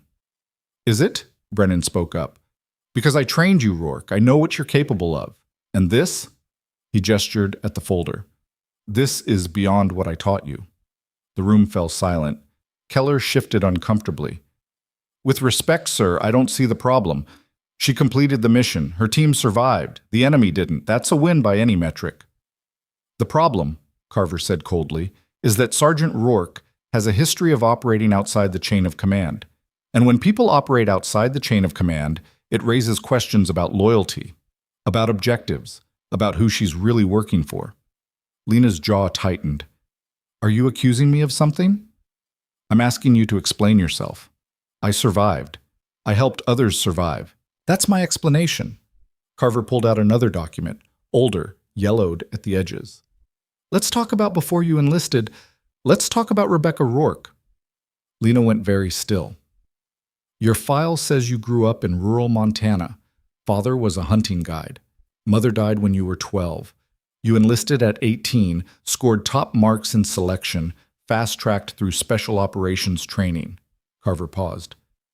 But there's a 6-month gap in your timeline, between high school graduation and enlistment. What were you doing during that time? Working? Doing what? Ranch work. Odd jobs, saving money. Where? Lena met her eyes. I don't remember. It was over a decade ago. You don't remember 6 months of your life? I remember it wasn't interesting enough to put on a government form. Carver smiled, cold, mirthless. See, that's the problem, because we ran your name through some databases, cross-referenced with known aliases, shell companies, training facilities, and we found something interesting. She slid a photograph across the table. It showed a younger Lena, 18, maybe 19, standing in front of a nondescript building. Behind her, barely visible, was a sign, Black Ridge Tactical Solutions. Lena's blood turned to ice. Black Ridge, Carver said quietly, a private military contractor that operated in the late 2000s, specialized in training foreign operatives, gray zone operations, things that didn't officially exist, shut down in 2010 after allegations of illegal weapons sales and unauthorized combat deployments. She leaned forward. You were there. For 6 months, learning skills that aren't in any military manual. Lena said nothing. So here's what I think happened, Carver continued. I think you went to Black Ridge looking for something the military couldn't give you. Advanced tactics, unorthodox methods, the kind of training that turns soldiers into something else. And then you enlisted, kept your head down, and waited for the right moment to use it. That's quite a story, Lena said flatly. Is it wrong? Lena looked at Brennan. He was watching her carefully, expression unreadable. Then at Keller, who looked genuinely confused. Finally back at Carver. You want the truth? Lena asked. That would be refreshing. Fine. Yes, I went to Black Ridge. My father sent me. He knew someone who worked there. Old military buddy owed him a favor. I spent 6 months learning things that most soldiers never see: urban combat, explosives, field medicine, survival in hostile territory. Things that weren't classified but weren't exactly standard either. Why? Because I watched my mother die in a hunting accident when I was 12. Watched her bleed out in the back of a truck because none of us knew what to do. And I decided right then that I would never be helpless again. Lena's voice was quiet but hard as steel. So I learned everything I could. And when I enlisted, I kept learning. Because being good isn't enough. You have to be better. Carver studied her. And Kharkova Ridge? The compound assault? Those were you being better? Those were me refusing to die. By going off script, by improvising, by doing things that look suspiciously like the kind of operations Blackridge used to run. Blackridge taught me how to survive. The Army taught me why. There's a difference. Is there? Carver closed the folder. Because from where I'm sitting, you look like a liability. Someone who can't follow orders, who puts herself and her team at risk for reasons we don't fully understand. Lena's hands curled into fists under the table. My team is alive because of what I taught them. Jensen, the soldier from the convoy, is alive because Reeves knew how to stabilize a sucking chest wound under fire. That's not reckless. That's effective. And if you'd failed, if your effectiveness had gotten them killed? It didn't, but it could have. It could have gotten them killed to sit in an observation post and do nothing while 20 hostiles hunted us down. At least this way we had a chance. Carver opened her mouth to respond, but Brennan cut her off. Enough. His voice carried weight, silenced the room. Agent Carver, I appreciate your thoroughness, but I know this soldier. I trained her, and I'm telling you right now, she's not a liability. She's an asset. Carver turned to him. Colonel, with respect, you're looking at this backwards. Yes, Rourke operates outside the box. Yes, she takes risks that make commanders nervous, but she also gets results that save lives and complete missions. That's not a problem. That's exactly what we need in the field. The chain of command is a tool, not a religion. And when the tool breaks down, when comms fail, when extraction gets scrubbed, when the plan falls apart, we need people who can think for themselves. Rourke is one of those people. Carver's expression hardened. You're asking me to overlook a pattern of insubordination and unauthorized action. I'm asking you to recognize the difference between insubordination and initiative. Brennan stood. This meeting is over. Sergeant Rourke is cleared for active duty. If you have a problem with that, take it up with CENTCOM. Carver stared at him for a long moment, then gathered her files. This isn't over, Colonel. It is for now. She left without another word. When the door closed, Keller exhaled. Well, that was fun. Brennan ignored him. Rourke, stay. Lena remained seated. Keller took the hint and left. Brennan sat back down, across from her. For a long moment, he just looked at her. Why didn't you tell me? He asked finally. About Blackridge? It wasn't relevant. It's always relevant. I didn't think so. I learned some skills, moved on, enlisted, and a story. Except it's not, because now counterintelligence thinks you're some kind of rogue operator. Brennan rubbed his face. You should have disclosed it. I was 18. I didn't know I was supposed to. Fair enough. He leaned back. But now we have a problem. Carver's not going to let this go. She's going to dig, and she's going to find every decision you've ever made that looks questionable. And she's going to build a case. Let her. Rourke, I'm serious. Let her build her case, because when she's done, she's going to find exactly what you just said. A soldier who takes risks, gets results, and keeps her team alive. If that's a crime, court-martial me. Otherwise, I've got a job to do. Brennan smiled slightly. You really don't care, do you? About what counterintelligence thinks? No, sir. I care about my team. I care about the mission. Everything else is noise. That attitude is going to get you in trouble one day. It already has. I'm still here. Brennan stood. All right. Here's what happens next. You go back to your team, you continue operations, and you try, just try, to follow the plan occasionally. Can you do that? I always follow the plan, sir, right up until it stops working. That's what I'm afraid of. He headed for the door, paused. For what it's worth, Rourke, I'm glad you're out here. We need more soldiers who refuse to quit. Thank you, sir. He left. Lena sat alone in the conference room, staring at the folder still lying on the table. She reached out, flipped through the photographs one more time. Blackridge. She hadn't thought about that place in years. The truth was more complicated than she'd told Carver. Blackridge hadn't just taught her tactics. It had taught her that survival wasn't about following rules. It was about understanding when to break them. That most people died because they hesitated, second-guessed, waited for permission that never came. Her father had known that. That's why he'd sent her there, and she'd learned the lesson well. Lena closed the folder and walked out. She found her team in the rec tent, playing cards and pretending not to look worried. Cross looked up when she entered. So? Are we screwed? Not yet. That's reassuring, Vargas muttered. Lena pulled up a chair. They wanted to know why we went off script at the compound. What'd you tell them? Reeves asked. The truth. That we had no choice. Kim frowned. Did they buy it? Some of them. Lena leaned forward. Look, I need you all to understand something. What we did out there, it worked. But it also put a target on our backs. Counterintelligence is watching. Command is watching. And if we screw up, even once, they're going to use it as an excuse to pull us. So what do we do? Cross asked. We don't screw up. That's it?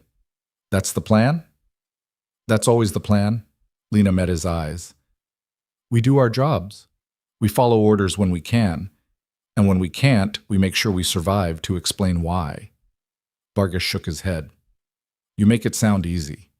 It's not, but it's all we've got. They sat in silence for a moment. Finally, Reeves spoke. Sergeant, can I ask you something? Go ahead. That story you told Carver about your mother, was that true? Lena's expression didn't change. Yeah, it was true. I'm sorry. Don't be. It was a long time ago. Lena stood. Get some rest. We've got another patrol in 18 hours. She walked out before they could ask more questions. The next 3 weeks were a blur of missions. Phantom 4 ran 6 operations, each one more dangerous than the last. They cleared compounds, disrupted supply routes, gathered intelligence on enemy movements, and every time, Lena pushed them harder, demanded more, accepted nothing less than perfect execution. The team responded. Cross became sharper, faster, less cocky. Vargas learned to anticipate threats before they materialized. Reeves saved 2 lives with field medicine that bordered on miraculous. Kim turned into a communications wizard, pulling signals out of thin air when everyone else heard static. They became good, then better, then exceptional. And people noticed. Major Keller started assigning them the missions no one else wanted. High-risk, high-reward operations that required precision and nerves of steel. Other teams started asking for their support. Commanders started using phrases like elite and top tier when describing Phantom 4. But with success came scrutiny. Every after-action report was reviewed with a microscope. Every decision questioned. Every risk analyzed for signs of recklessness or insubordination. And Agent Carver was always watching. It came to a head on a Tuesday. Phantom 4 had just returned from a 72-hour mission, exhausted, filthy, running on fumes. They'd successfully interdicted a weapons convoy, captured 2 high-value targets, and extracted without casualties. A textbook operation. Lena was filling out paperwork in the ops center when Keller found her. Rourke, we've got a problem. She looked up. What kind of problem? The kind with stars on their collar. He handed her a tablet. Check your email. Lena scrolled through the message. It was from CENTCOM headquarters, flagged urgent. Subject line, Operational Review, Phantom 4. She read it twice to make sure she understood. They're auditing us, she said slowly. Not just auditing, they're sending a review team to observe your next operation. Real-time assessment of tactics, decision-making, adherence to protocols. Keller grimaced. Basically, they're putting you under a microscope to see if you're a genius or a disaster waiting to happen.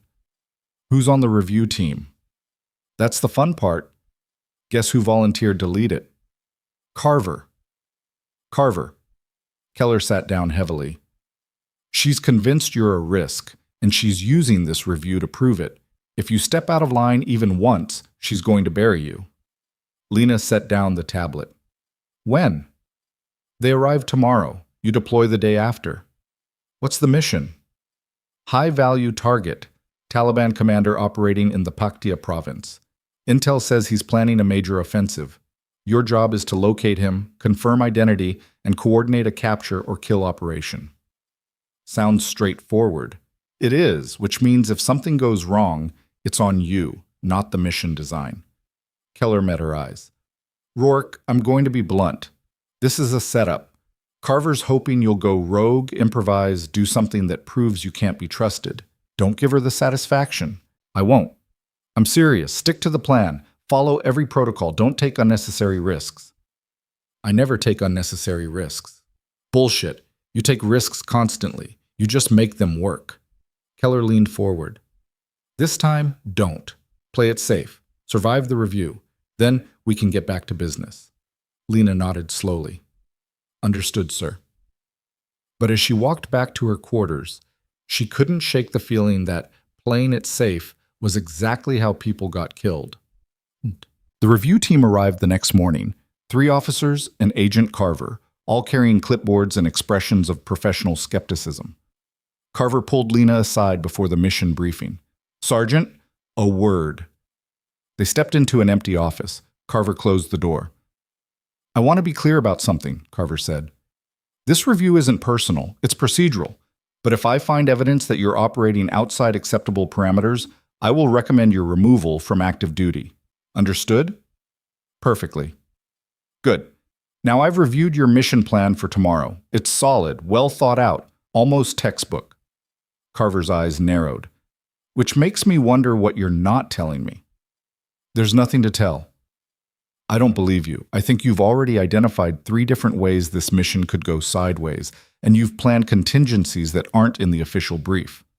Lena kept her expression neutral. Planning for contingencies is part of my job. Planning is fine. Executing unauthorized actions based on those plans is not. Carver stepped closer. So here's what's going to happen.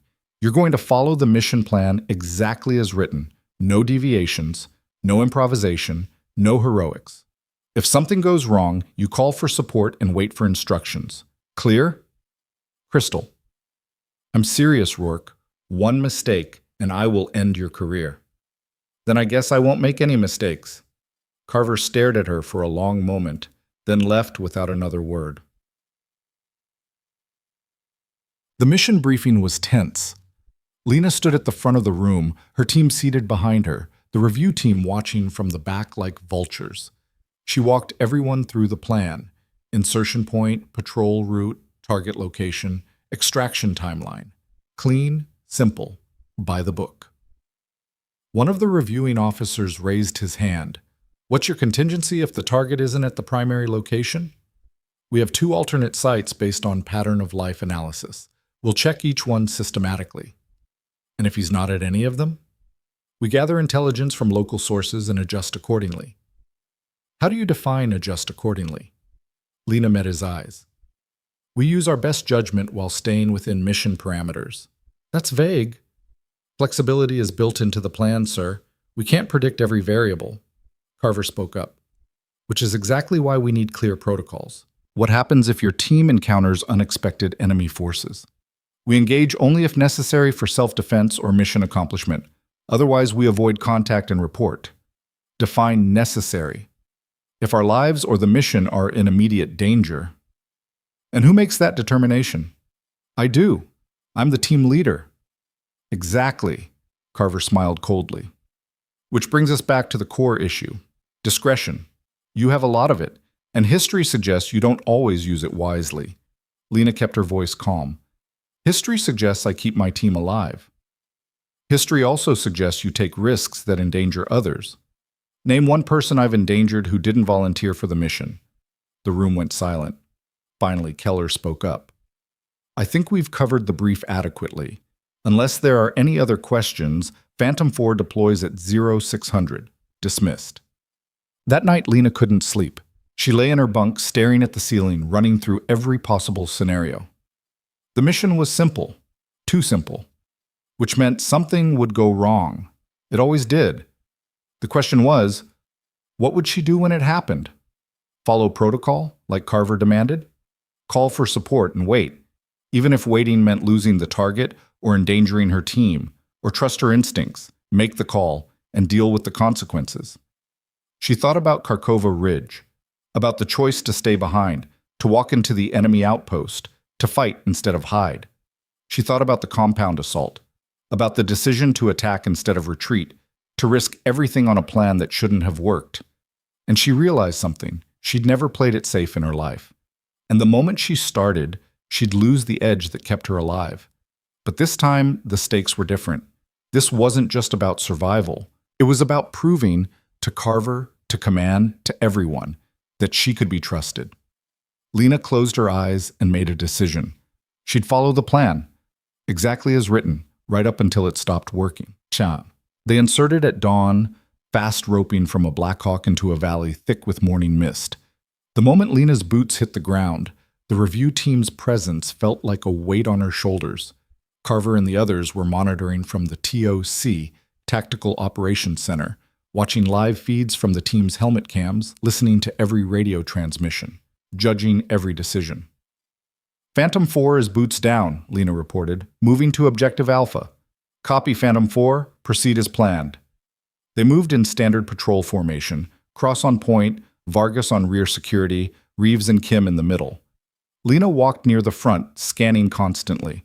The terrain was brutal, steep hills, dense vegetation, narrow trails that forced them into single file. Perfect ambush country. 2 hours in, they reached the primary target location, a small village tucked into a hillside. Intel said the Taliban commander used it as a safe house. Lena glassed the village from concealment. I count 12 structures, minimal activity, no obvious security presence. Could be sleeping, Cross murmured. Or gone. Lena keyed her radio. Phantom 4 to TOC, approaching primary location, requesting permission to conduct close reconnaissance. Carver's voice came back immediately. Negative, Phantom 4, hold position and observe. Do not approach without confirmation of target presence. Lena bit back frustration. Copy, holding position. They waited. An hour passed, then 2. Nothing moved in the village except chickens and one old woman carrying water. This is a waste of time, Cross muttered. Lena agreed, but said nothing. She keyed her radio again. TOC, no activity observed. Recommend moving to alternate site. Stand by. They stood by for another 30 minutes. Finally, Phantom 4, you are cleared to move to alternate site Bravo. Maintain observation protocols. Copy. They moved. Alternate site Bravo was 8 kilometers northeast, a compound on the edge of a river valley. Larger than the village, better fortified with clear signs of recent occupation. Lena's instinct screamed that this was the place. TOC, we have eyes on alternate site Bravo. Multiple heat signatures, armed personnel visible. This looks active. How many personnel? At least 20, possibly more inside the structures. Silence on the other end. Then, Phantom 4, maintain observation. Do not engage. We're analyzing the feed. Lena watched through her scope as men moved through the compound, carrying weapons, loading supplies into vehicles.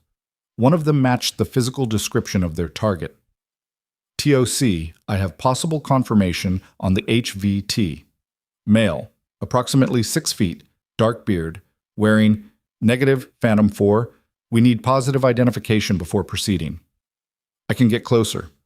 Get a better angle for facial recognition. Negative, hold your position. What? Plus, Lena's jaw tightened. The target was right there. If they waited too long, he'd leave. TOC, if we don't move now. I said hold position, Sergeant. That's an order. Lena closed her eyes briefly. This was the moment, the test. She could follow orders, wait for permission, and watch the target slip away. Or she could do her job. Copy. TOC, holding position. But even as she said it, she was already planning.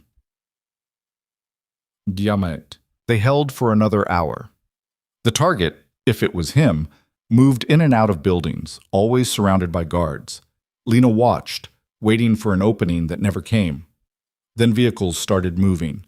3 trucks, engines running, men loading gear. "They're leaving," Kim whispered. Lena keyed her radio. "TOC, target is preparing to move. If we don't act now, we lose him. Stand by for air support. ETA 15 minutes. 15 minutes. The convoy would be gone in 5. Lena made a decision. "Cross Vargas, you're with me. Reeves, Kim, stay here and coordinate with TOC. "Sergeant?" Reeves's voice was uncertain. "What are you doing?" "Getting positive ID. If it's not him, we report and pull back. If it is, we track him until air support arrives." "Carver's going to lose her mind." "Probably. Move." They moved fast and low, closing the distance to the compound in 3 minutes. Lena led them to a position 30 meters from the main gate, close enough to see faces, far enough to avoid detection. She raised her rifle, peered through the scope, and got a clear look at the target's face. It was him. No question. Phantom 4 to TOC. Positive ID on HVT. Repeat, positive ID. "Where are you, Phantom 4? 30 meters from the compound. We have eyes on target loading into the lead vehicle." Carver's voice cut in, ice cold. "Sergeant Rourke, you were ordered to hold position. I followed orders, then I adapted when the situation changed. You disobeyed. TOC, target is moving. Do we have authorization for air support?" A different voice, Keller's. "Air support is inbound. ETA 8 minutes. Can you track the convoy?" "Affirmative." "Then do it. We'll deal with the rest later." "Copy." The convoy rolled out, 3 trucks kicking up dust as they headed south on a dirt road. Lena and her team shadowed them from high ground, staying just close enough to maintain visual contact. "Kim, are you tracking this?" Lena asked. "Got them on drone feed, sending coordinates to air support." "Good. Stay on them." The convoy moved fast, weaving through valleys and around hills. Lena's team ran to keep up, lungs burning, legs screaming. Then the truck stopped. "What are they doing?" Cross panted. Lena glassed the scene. The trucks had pulled into a narrow canyon, natural cover on 3 sides. Men were dismounting, setting up positions. "They know we're here," Vargas said, "or they're waiting for someone." Lena keyed her radio. "TOC, convoy has stopped in canyon approximately 2 clicks south of alternate site Bravo. They're setting up defensive positions. Advise. Air support is 4 minutes out. Recommend you pull back and let them handle it." Lena looked at the canyon, at the perfect ambush site, at the opportunity slipping away. "Negative, TOC. If we pull back, they'll scatter before air arrives. We need to keep them pinned." "How do you intend to pin 20 hostiles with 3 operators?" "By making them think there's more of us." She didn't wait for permission. "Cross Vargas, spread out along the ridge. On my signal, we light them up, controlled fire, just enough to keep their heads down. Make them think they're surrounded." "This is insane," Cross said. "It's also going to work. Move." They moved. Lena positioned herself on the eastern ridge, Cross to the west, Vargas to the north. A triangle of fire with the convoy in the center. She counted down silently. 3, 2, 1. "Now!" All 3 opened fire simultaneously. The canyon erupted. Bullets cracked off rocks, kicked up dirt, forced the enemy into cover. They returned fire wildly, shooting at muzzle flashes, unable to coordinate because they thought they were surrounded. Lena kept shooting, controlled bursts moving between positions, creating the illusion of multiple shooters. Cross and Vargas did the same. It worked. The enemy hunkered down, stopped trying to flee, focused on defending their position. And then the jets arrived. 2 F-16s screamed overhead, dropped ordnance with surgical precision. The canyon lit up with fire and thunder. When the smoke cleared, there was nothing left but twisted metal and silence. "Phantom 4 to TOC, target neutralized, area secure." Silence on the radio.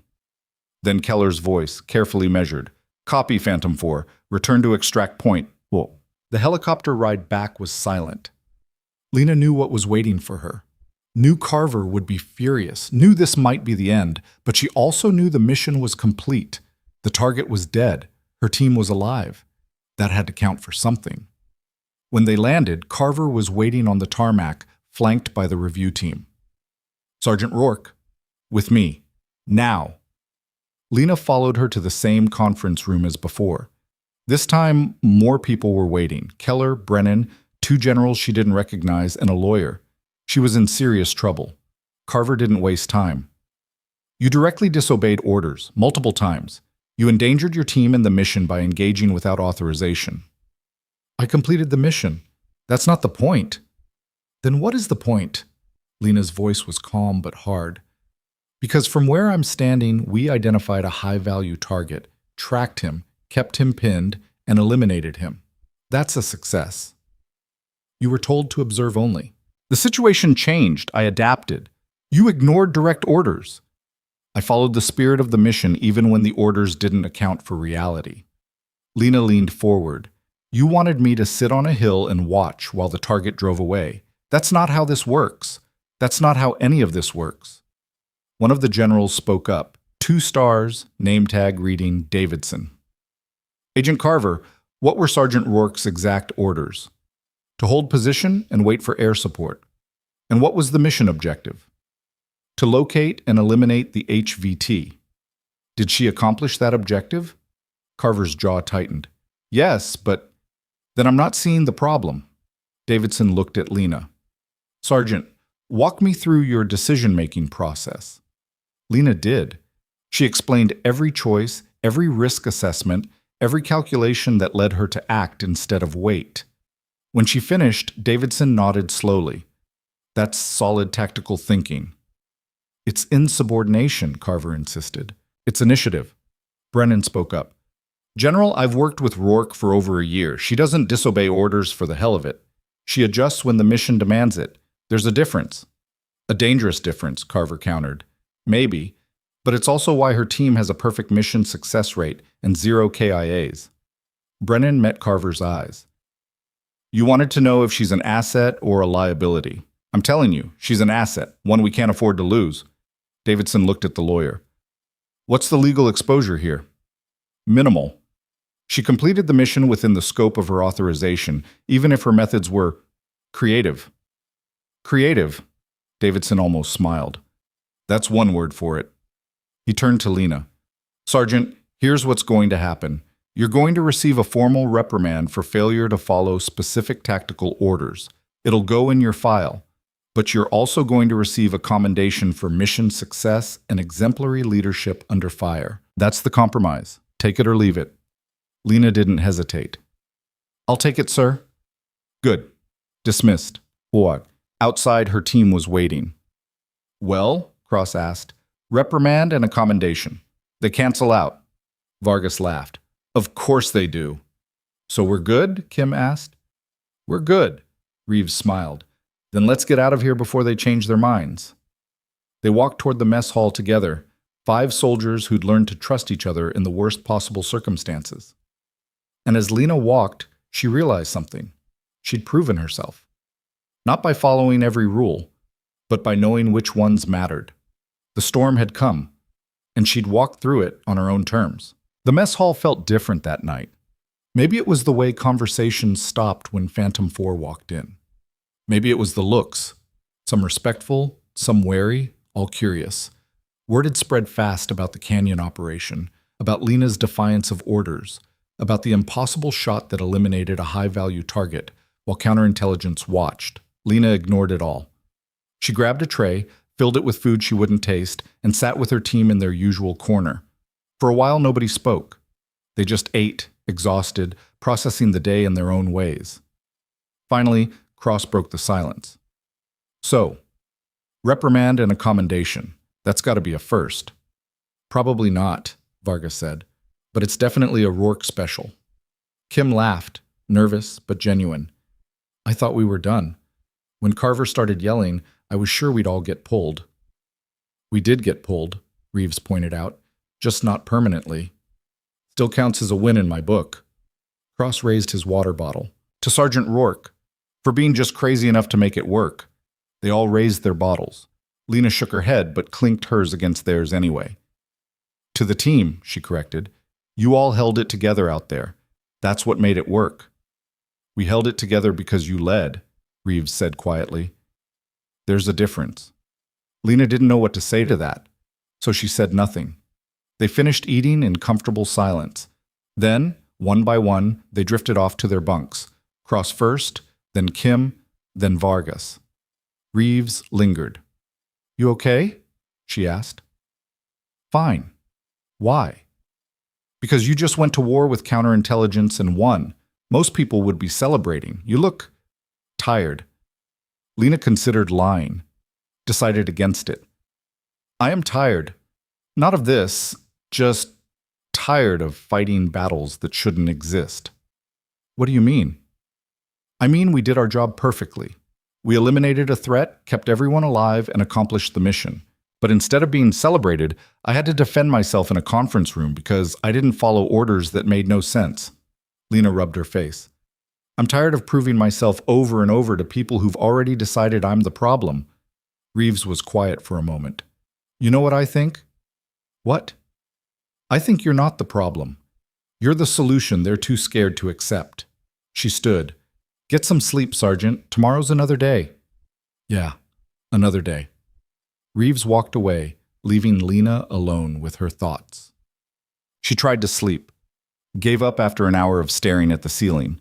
Instead, she grabbed her jacket and walked out into the night.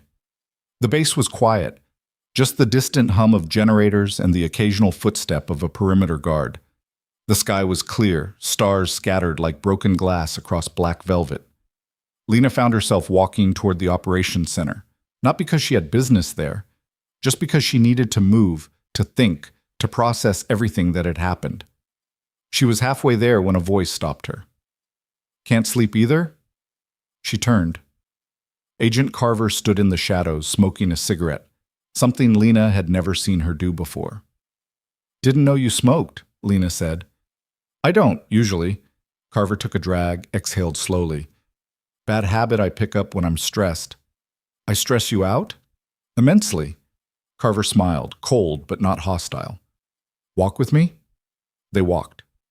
For a while, neither spoke. Just moved through the quiet base, two people at opposite ends of a conflict trying to find common ground. Finally, Carver broke the silence. "You know I'm not the enemy, right?" "Could have fooled me." "I'm serious. My job is to protect the military from people who abuse their authority, who go rogue, who put missions and egos ahead of lives." She glanced at Lena. "You fit that profile. On paper." "On paper. In reality, you're more complicated." Carver flicked ash off her cigarette. "I've been reviewing your entire career, not just the incidents, everything. And you want to know what I found?" "I'm guessing you'll tell me either way." "I found a pattern, but not the one I expected." Carver stopped walking, turned to face her. "Every time you've broken protocol, every time you've deviated from orders, it's been to save lives.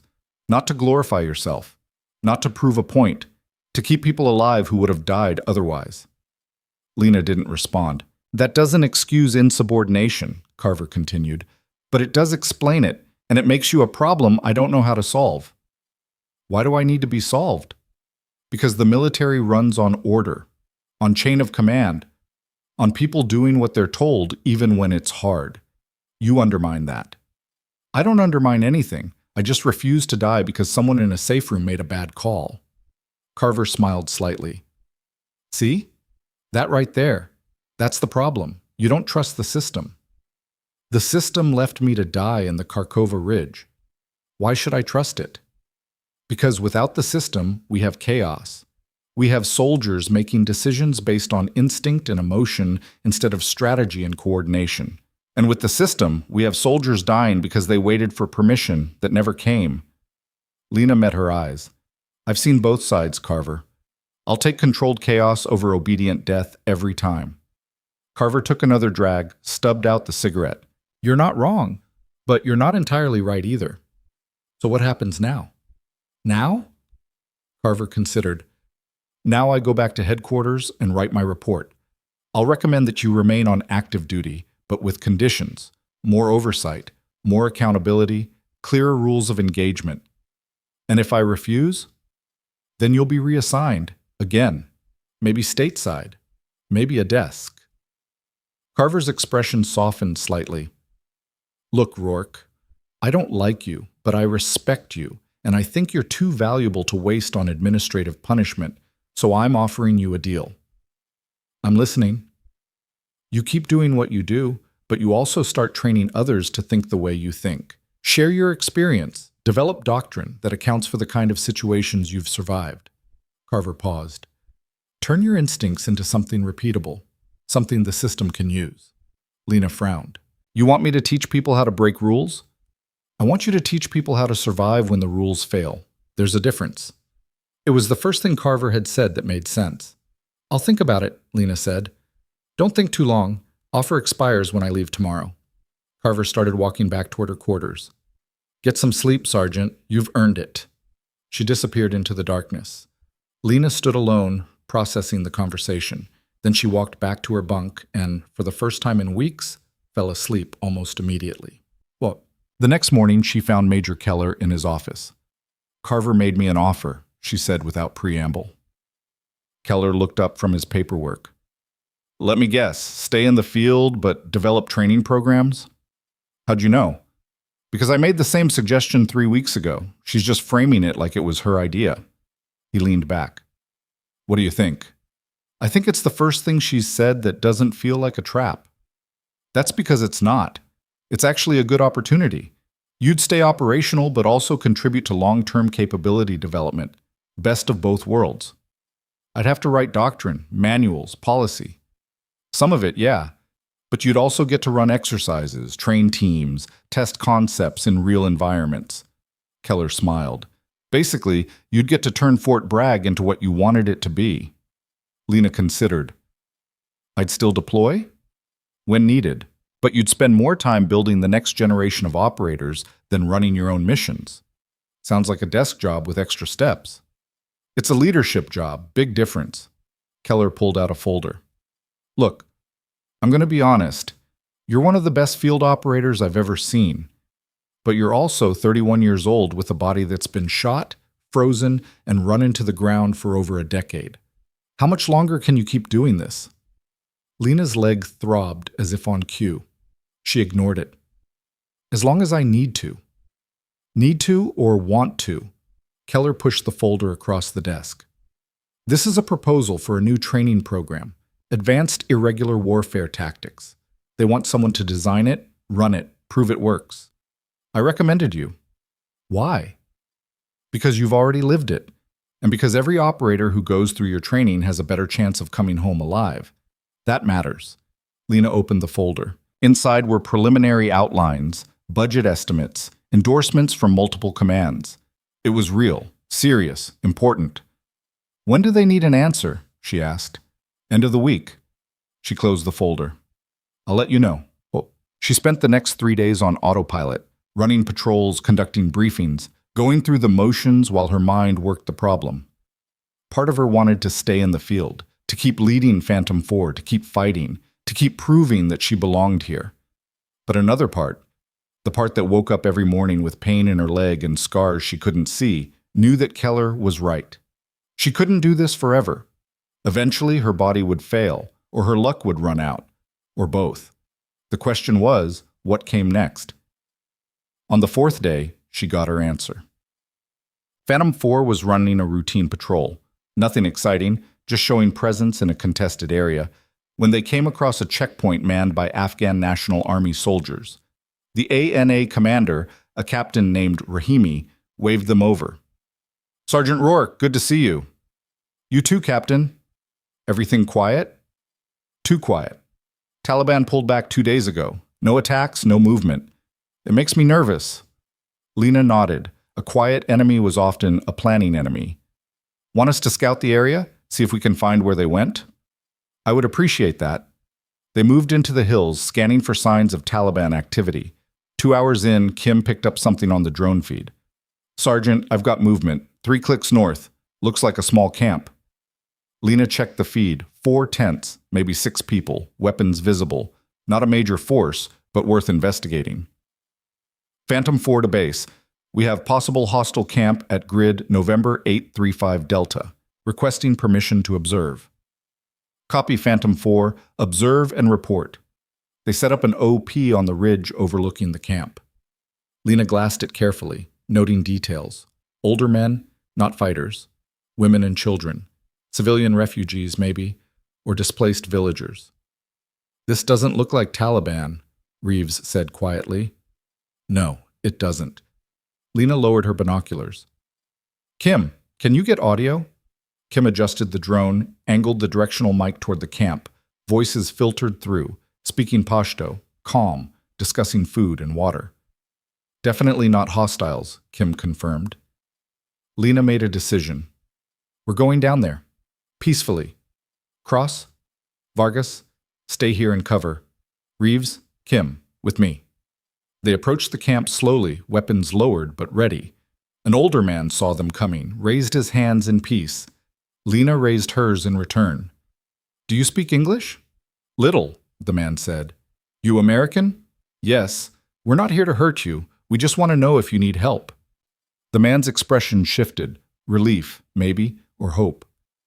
We need water, medicine. Taliban took our village 3 days ago. We ran. Lena looked at Reeves. What do we have? 2 liters of water, basic first aid, not much. It's something. Lena turned back to the man.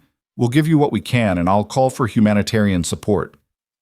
She spent the next hour coordinating with base, arranging for the ANA to deliver supplies, making sure these people wouldn't be left to die in the hills. When they finally left, the old man gripped her hand. Thank you. You are a good soldier. Lena didn't feel good.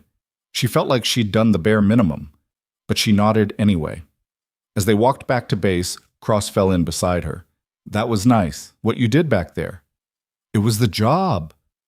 It was more than that. You didn't have to help them. Yeah, I did. That's the whole point. Cross frowned. I don't follow. Lena stopped walking, turned to face her team. We're not out here just to kill bad guys. We're here to protect people, to make sure the ones who can't fight for themselves don't get crushed in the middle. If we forget that, we become what we're fighting against. They stared at her. That's what I learned in Kharkova Ridge, she continued, that survival isn't enough. You have to survive for something, for someone. Otherwise, what's the point? Vargas smiled slowly. You've been thinking about this a lot, haven't you? Maybe. And I think I'm done proving myself in the field. I think it's time to help others do the same. Named. She gave Keller her answer the next morning. I'll take the training program. On one condition. What's that? I get to deploy when needed. No full-time desk job. I stay operational. Keller grinned. I'd expect nothing less. Deal. They shook hands. When do I start? Lena asked. 2 months. Finish your rotation here, hand off Phantom 4 to your replacement, then head back to Bragg. Who's replacing me? Corporal Reeves. She's getting a promotion and a team. Lena blinked. She's ready? You trained her, so yeah, I'd say she's ready. Telling her team was harder than she expected. She gathered them in the ready room, same place she'd first met them 6 months ago. They looked different now, harder, sharper, more confident, less like recruits and more like operators. I'm leaving, she said without preamble. Rotating back to the States in 8 weeks. New assignment. The room went silent. What kind of assignment? Cross asked. Training, doctrine development, turning what we've learned out here into something others can use. So you're done with field work? Kim sounded hurt. Not done, just shifting focus. Lena met their eyes. I'll still deploy when needed, but most of my time will be spent making sure the next batch of operators doesn't have to learn everything the hard way. Vargas nodded slowly. Makes sense. You've got a lot to teach. We all do. Lena looked at Reeves, which is why Reeves is taking over Phantom 4. Reeves's eyes went wide. What? You heard me. You're getting promoted to sergeant and taking command. Cross, Vargas, Kim, you're staying with her unless you request transfer. I don't, Reeves stammered. I'm not ready. Yes, you are. I wouldn't recommend you otherwise. But no buts. You've run point on 4 missions. You've kept this team alive through situations that should have killed us, and you think like a leader, even when you don't realize it. Lena stepped closer. I trust you. They trust you. Now you need to trust yourself. Reeves stared at her, then looked at the others. Cross gave her a thumbs up. Vargas saluted casually. Kim just smiled. Okay, Reeves said quietly. Okay, I'll do it. Good, because you're going to be great. The final weeks passed quickly. Lena ran 3 more missions with Phantom 4, each one smoother than the last.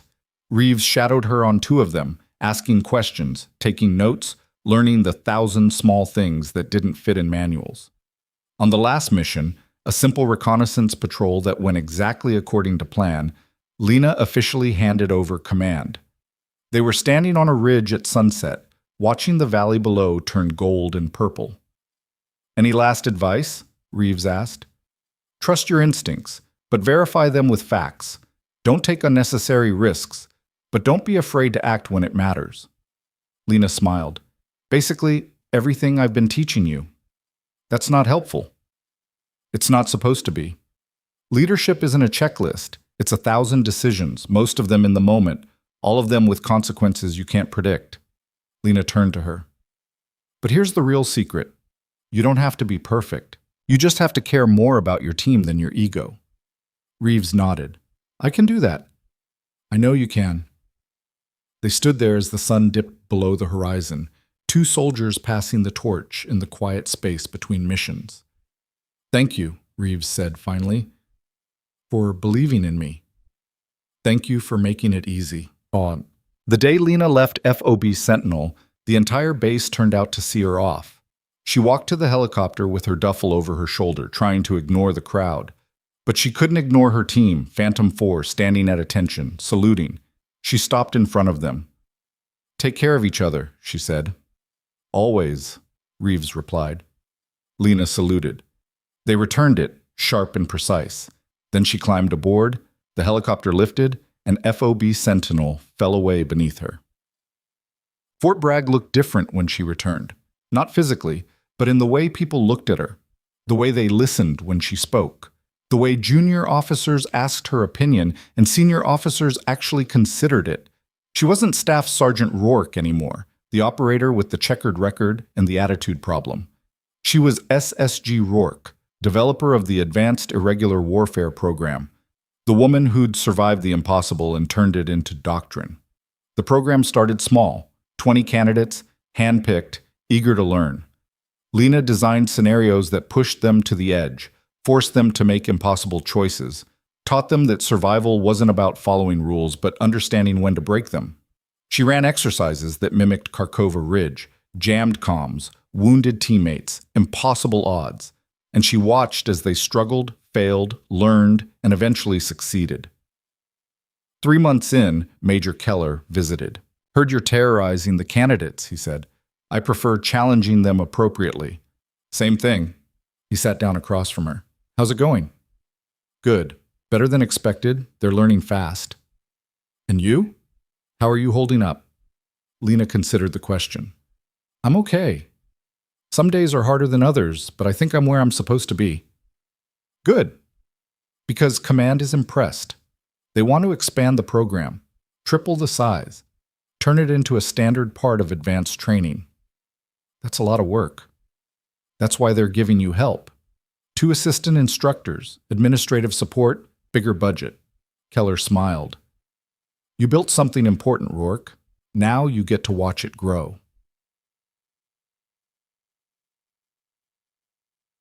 6 months after returning to Bragg, Lena got a call. Unknown number. She answered anyway. Sergeant Rourke? Speaking. This is Agent Carver. I'm calling with an update. Lena sat up straighter. What kind of update? The kind that closes files. My investigation into your conduct is officially concluded. No charges, no restrictions, no further action required. And? And I was wrong. Carver's voice was grudging but genuine. Your methods are unorthodox, but they work.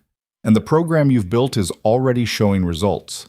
3 teams credited it with saving their lives in the field. That's tangible impact. So you're saying I'm not a liability? I'm saying you're an asset. A difficult, frustrating, occasionally infuriating asset, but an asset nonetheless. Carver paused. For what it's worth, I'm sorry. I should have seen it sooner. Lena didn't know what to say. Thank you felt wrong. I told you so felt petty. Just thanks for calling, she said finally. Good luck, Sergeant. Try not to start any more wars with counterintelligence. No promises. Carver laughed, actually laughed, and hung up. A year after leaving the field, Lena received a letter. It was from Reeves, written on actual paper, sent through actual mail. Sergeant Rourke, Phantom 4, just completed our 10th mission. 0 casualties, 3 successful HVT captures, 1 humanitarian rescue. We're doing okay. Cross got promoted. Vargas is training new operators. Kim built a drone system that's being adopted across the theater. And me? I'm trying to lead the way you taught me, with instinct, facts, and a refusal to quit. We still talk about you, about the canyon assault, about Kharkova Ridge, about the woman who refused to stay down. I don't know if you'll ever read this, but if you do, I want you to know you didn't just teach us tactics. You taught us what it means to survive with purpose. Thank you, Sergeant Maya Reeves. Lena read it 3 times. Then she folded it carefully and put it in her desk drawer, next to her commendation and her reprimand, the 2 pieces of paper that told the same story from different angles. She'd survived, she'd fought, she'd proven herself, and now she was helping others do the same. That was enough. 2 years after Kharkova Ridge, Lena stood in front of a new class of candidates. 60 of them this time, all volunteers, all hungry to learn. She looked at their faces, young, eager, confident in the way only people who'd never been truly tested could be. My name is Staff Sergeant Lena Rourke, she began, and I'm here to teach you how to survive when everything goes wrong, when your comms die, when your team gets scattered, when command writes you off and the enemy closes in. She paused, let that sink in. I'm not going to teach you how to be heroes. Heroes die. I'm going to teach you how to be survivors, how to think when you're terrified, how to move when you're wounded, how to fight when the odds say you should quit. She walked along the front row, meeting eyes. Some of you will fail this course. That's okay. Failure here means learning. Failure in the field means death. She stopped at the center of the room. But if you listen, if you push, if you refuse to give up, you'll walk out of here with something more valuable than any weapon or tactic. You'll walk out knowing that you can survive anything, that you're stronger than you think, that quitting isn't in your vocabulary. She looked at them, the future, the next generation, the ones who would face storms she couldn't imagine. Welcome to Advanced Irregular Warfare. Let's get to work. That night, alone in her office, Lena sat by the window and watched the sun set over Fort Bragg. She thought about the girl she'd been, 18, scared, desperate to prove herself. She thought about the soldier she'd become, hardened, capable, unbreakable. And she thought about the person she was now, still tough, still driven, but also something else, something more. A teacher, a leader, a survivor who'd learned that surviving alone wasn't enough. Her legs still ached sometimes. The scars were still there, physical and otherwise. But she'd made peace with them, because they weren't weaknesses. They were proof. Proof that she'd walk through hell and come out the other side. Proof that she'd refused to quit when quitting would have been easier. Proof that she'd chosen to turn her pain into purpose, her trauma into teaching, her survival into something that mattered. The storm had come. She'd survived it, and now she was teaching others to do the same. That was her legacy. That was enough. Never underestimate the person you've already decided won't make it, because survival isn't about what you think is possible. It's about what you refuse to accept as the end.